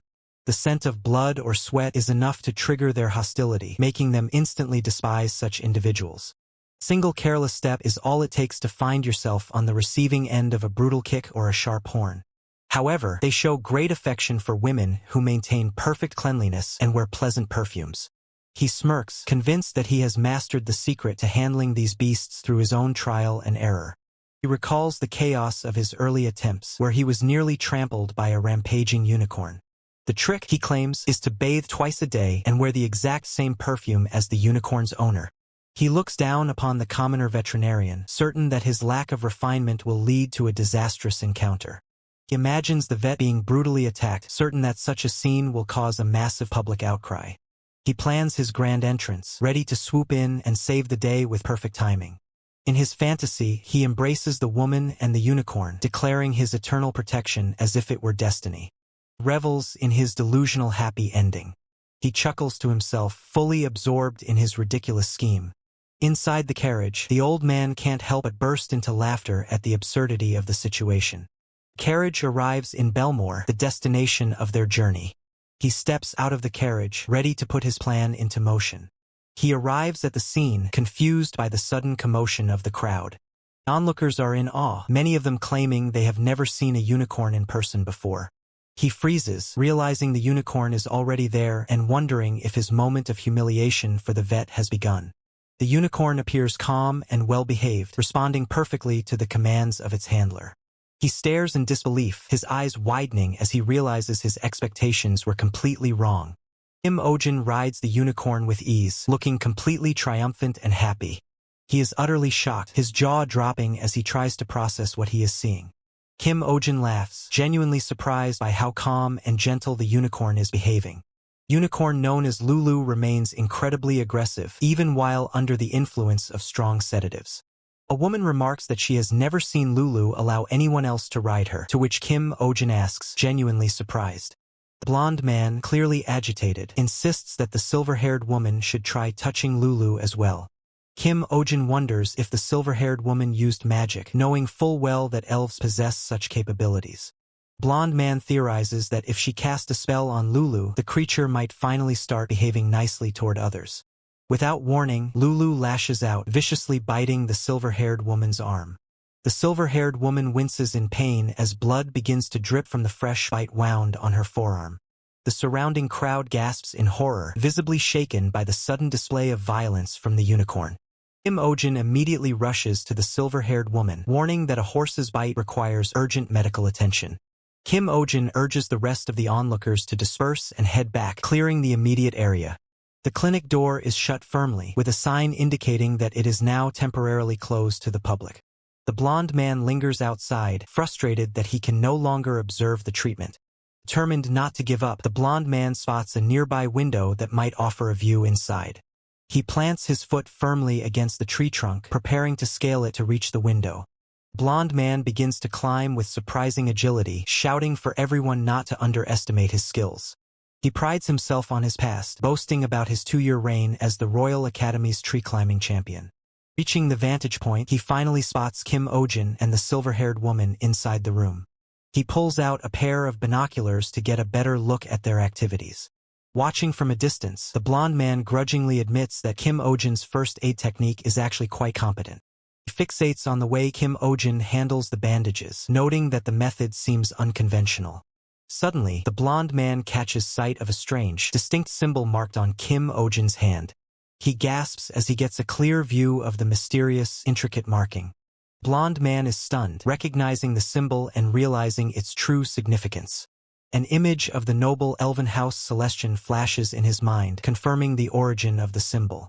He is shocked to realize that Kim Ojin bears the mark of the most noble of all elven houses. Kim Ojin looks down at his own hand, seemingly aware of the symbol he carries. Kim Ojin examines the treated wound, noting that the unicorn's saliva contained a hidden poison. He remarks that they are fortunate the situation did not escalate further, while questioning the unicorn's unusual hostility. The silver-haired woman observes the interaction, concluding that the creature simply held a grudge against her. She offers a sincere apology to Kim Ojin and promises to provide full compensation for all medical expenses incurred. Kim Ojin takes responsibility, insisting that the oversight was entirely on their side. The assistant doctor handles prescriptions and all the heavy lifting tasks around the clinic. She observes that while the hospital is newly built, it seems far too small to showcase the full range of Kim Ojin's medical expertise. Caught off guard, Kim Ojin questions her comment, to which she suggests that a larger facility would be significantly better. Kim Ojin muses to himself that she has no idea how much worse his previous clinic really was. He recalls the nightmare of his old location, ground floor access in a commercial building with no transit, constant plumbing issues, and endless noise complaints. He spirals into despair, remembering the crushing debt, high interest rates, and impossible maintenance fees he endured just to open that place. The silver-haired woman watches with concern, noting that it sounds like he has truly been through a difficult ordeal. She apologizes for her earlier oversight, admitting it was foolish of her to not immediately recognize his incredible talent. She reassures him that her judgment is sharp and she believes only the very best is suitable for someone like Kim Ojin. She suggests a clinic sponsored by her own family. Kim Ojin is left completely bewildered by the proposal. She leans in, promising to provide whatever he desires, causing Kim Ojin to let out a startled yelp. Suddenly, the atmosphere shifts as the spirit of healing erupts in a fit of jealous rage toward a nearby cat. The room descends into chaos as everyone tries to restrain the agitated spirit of healing, who is now lashing out. Kim Ojin desperately tries to calm the spirit of healing, demanding to know why she is acting so erratically. The elf man watches the unfolding madness with a perplexed expression, wondering what could have caused such a strange reaction. He notes that typically, creatures of this nature get along well with smaller animals. He reflects on how they should naturally feel a sense of closeness with other similar beings, like the rhinoceros. Spirit of Healing retorts, offended by the implication that her companion has a bad personality. The elf man confirms his stance, visibly annoyed by her bluntness. The Spirit of Healing snaps back, criticizing the elf man for his rude and informal tone, questioning if his status as an elf makes him arrogant. The elf man retorts that it is rich for her to complain when she bypassed the line without a reservation. She protests, claiming she traded fairly for her spot, even admitting she offered a small token of thanks to those she traded with. A bystander remarks that nobles truly have a different way of thinking, buying their way to the front of the line.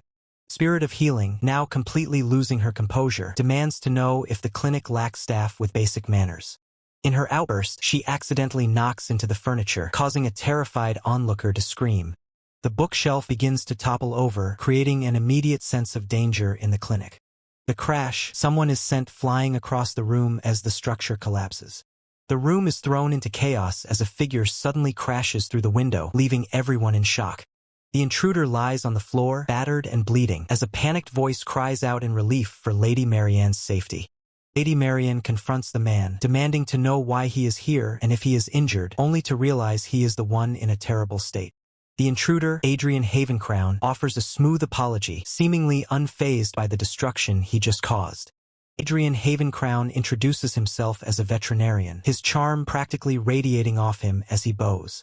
He claims his profession is dedicated to protecting small, beautiful lives, all while maintaining his overly dramatic, gentlemanly persona. Kim Ojin watches in disbelief, instantly labeling Adrian Havencrown as a cringy, attention-seeking influencer. Kim Ojin questions the absurdity of a doctor breaking into a clinic through a window just to be dramatic. Adrian Havencrown's demeanor shifts instantly, leaving everyone stunned by the sudden change in his personality.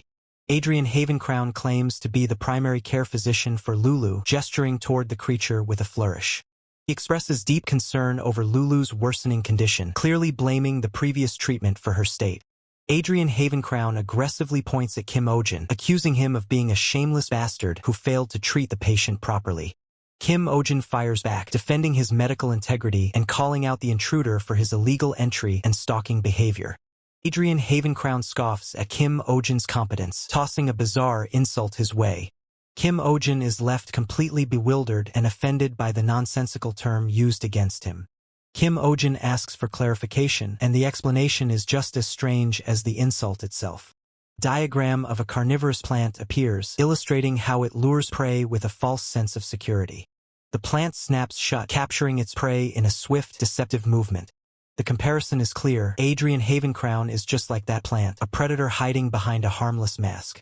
Lady Marianne is absolutely appalled by the lack of decorum, scolding Adrian Havencrown for his vulgar language. Lady Marianne refuses to tolerate such baseless accusations, standing firm against the intruder's arrogance. Adrian Havencrown continues to press the issue, turning his attention to Kim Ojin's personal life with invasive questions. Kim Ojin is left bloodied and confused, wondering why he is being physically assaulted during this conversation. Adrian Havencrown dismisses the denial, insisting that Kim Ojin is lying about his romantic history. Adrian Havencrown points to a mark on Kim Ojin's hand, claiming it as proof of his hidden connections. The symbol is revealed to be the mark of House Celestian, signifying either noble blood or a betrothal. The clinic staff reacts with pure excitement, misinterpreting the situation as a romantic engagement. Kim Ojin desperately tries to clarify, but Lady Marianne is already panicking, suspecting a romantic connection. Kim Ojin snaps, shouting that everyone is jumping to conclusions about the token he received from Callian. Blonde man stares in disbelief, letting out a confused sound of protest. The blonde man frantically asks what is wrong with the creature, his voice thick with concern. The creature lets out a pained, guttural cry, causing the blonde man to shout her name in alarm. Panic ripples through the room as everyone rushes toward the suffering creature. Kim Ojin quickly commands for a candle and a stethoscope, his expression hardening as he realizes the situation is far from normal. Kim Ojin recalls how healthy the creature seemed just moments ago, struggling to comprehend this sudden decline. He carefully examines her eyes, noting that while her breathing is labored, it doesn't indicate typical respiratory distress. Kim Ojin realizes the true nature of the condition, a grim look of certainty washing over his face. The blonde man, oblivious to the medical diagnosis, offers a cheerful congratulation to the silver-haired woman. Kim Ojin drops the bombshell, declaring that the creature is pregnant. The silver-haired woman stands frozen in shock, unable to process the absurdity of the claim. The realization hits the room like a physical blow. The creature is indeed pregnant. Silver-haired woman questions Kim Ojin's competence, clearly doubting his sanity. She demands to know if he hit his head, refusing to accept such an impossible diagnosis. Kim Ojin remains calm, insisting that the symptoms of vomiting and distress are classic signs of pregnancy. An onlooker chimes in, noting that excessive vigilance is also a standard behavior during such a time. The silver-haired woman pleads for Kim Ojin to provide some kind of explanation. Kim Ojin confirms his findings with absolute certainty. She is pregnant. The silver-haired woman shouts that the situation is impossible. She explains that the greenhouse is a restricted area, making it impossible for any other creature to have reached her. Kim Ojin stands his ground, urging her to verify the evidence herself. He holds out the stethoscope, explaining that it is a tool designed to listen to internal bodily sounds. Kim Ojin guides the silver-haired woman to listen to the heartbeat, asking if she can hear it. He moves the stethoscope toward the creature's stomach to reveal the hidden truth. Silver-haired woman gasps as she hears a second, distinct heartbeat. Overwhelmed and dizzy, the silver-haired woman struggles to comprehend how this could happen. The blonde man rushes to catch her as she collapses, shouting her name in panic. The blonde man demands an explanation, accusing Kim Ojin of using a strange trick. Blonde man scoffs, claiming Kim Ojin is using the tool incorrectly just to fool them. The blonde man arrogantly declares that he will expose the trick himself. The blonde man stares in disbelief, his hands covering his mouth as the sound of ringing bells fills the air, signaling a startling discovery. He gasps, overwhelmed by the sheer intensity of the sounds resonating from within, while Kim Ojin watches with a calm, analytical expression. Kim Ojin presses the point, suggesting the baby's size is significant, clearly indicating a pregnancy of at least 4 months. The silver-haired woman looks visibly distressed, clutching an ice pack to her head, protesting that such a time frame is impossible given her isolation. Kim Ojin questions the odd behavior of the animals, noting that their free-spirited nature makes their reluctance to go outside highly suspicious. The silver-haired woman hesitates, her eyes shifting as she prepares to reveal a truth she has been keeping hidden. She explains that the plan for the spirit of healing to mate with the prince's prize steed, Shark, was already set in motion for the fall. Spirit of healing, known as the royal fiancé, had been kept under strict surveillance and isolation within the greenhouse. Yet, in complete secrecy, the spirit of healing had somehow become pregnant, leaving everyone in the dark. The intensive care unit remains locked, a forbidden zone for anyone without proper authorization. A sharp cry of pain erupts from within the room, echoing past the medical for drip. The blonde man demands to know what Kim Ojin is injecting into the spirit of healing, his voice filled with alarm. Kim Ojin calmly clarifies that it is merely a nutritional fluid, while the blonde man reacts with sheer shock at the procedure. Kim Ojin explains that the spirit of healing is severely dehydrated and suffering from electrolyte loss, necessitating a direct intravenous infusion. The blonde man recoils, struck by the sudden realization of the medical efficiency at play. He marvels at the speed and efficiency of bypassing the digestive system, while Kim Ojin mocks his lack of understanding regarding the procedure.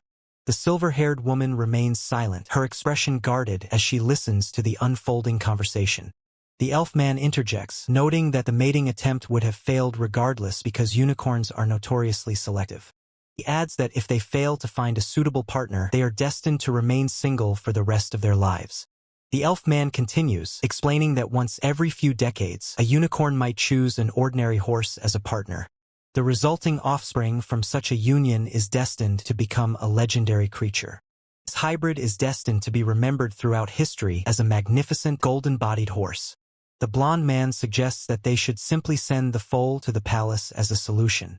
He insists he will explain the situation to the prince, convinced that such a rare gift would be welcomed with open arms. The elf man immediately shuts down the idea, dismissing it as a poor strategy. He points out that the legend of unicorn hybrids is rare and lacks credibility, making the plan risky. Blonde man counters that Lady Marianne's mansion is already home to many exceptional horses. He lists off several famous horses, arguing that with such lineage, the foal's quality is guaranteed. The silver-haired woman concedes, admitting that they need to find an alternative since the current situation is unavoidable. He emphasizes that they must first identify the father of the spirit of healing's child to proceed. The blonde man exclaims with sudden realization, turning his attention toward Kim Ojin. The silver-haired woman pleads for help, leaving the blonde man visibly shocked by the sudden request. Blonde man desperately begs for assistance, his aura flickering with anxiety. Kim Ojin throws his hands up in confusion, clarifying that he is not a detective, while the silver-haired woman suggests using his medical tools. Kim Ojin remains visibly flustered by the absurd request to perform paternity testing with a stethoscope. Blonde man deflects the pressure, pointing toward Kim Ojin as the more capable party. Kim Ojin defends his methods, noting that while he used a stethoscope for the pregnancy, he identified the current issue through touch and sound alone. A memory surfaces of Kim Ojin tenderly examining the unicorn, the only one to recognize its poor condition. Blonde man insists that Kim Ojin's genuine concern for his patient makes him the superior choice for the task. The silver-haired woman acknowledges the logic but remains hesitant about the situation. The elf man explains that pregnant unicorns become dangerously volatile when separated from their partners. The silver-haired woman asks if the unicorn had shown any signs of distress during the journey. The elf man concludes that the disturbance must have only begun within the last hour. The silver-haired woman confirms they arrived by carriage, with the unicorn traveling in its own separate transport. A realization dawns on the silver-haired woman, her expression shifting to one of sheer horror. The scene shifts to the stables, where the truth of the unicorn's companion is revealed. Stable hand tends to a horse named Joseph, unaware of the chaos unfolding nearby. The group arrives at the stable, only to be met with a bizarre and unexpected sight. The unicorn lets out a high-pitched, distressed cry, completely losing its composure. Silver-haired woman and Kim Ojin stare in disbelief at the unfolding scene. The unicorn nuzzles the common horse, clearly displaying affection for its unlikely partner. The silver-haired woman screams in absolute denial at the sight before her. Silver-haired woman tries to pull the unicorn away, demanding to know why it would choose such a partner. The common horse trembles in the stall, looking nervous and out of place. A dramatic, soap opera-style flashback plays out, depicting a scornful mother-in-law figure. The blonde man attempts to reason with the silver-haired woman, insisting this horse is the best partner for the unicorn. Silver-haired woman snaps back, questioning what a young unicorn could possibly know about choosing a partner. Kim Ojin intervenes, pointing out that they have already bonded and had a child, so they must be kept together. The elf man reiterates that separating the pair will only trigger the unicorn's violent anxiety. Unicorn looks visibly nauseated, while the silver-haired woman stands in stunned silence.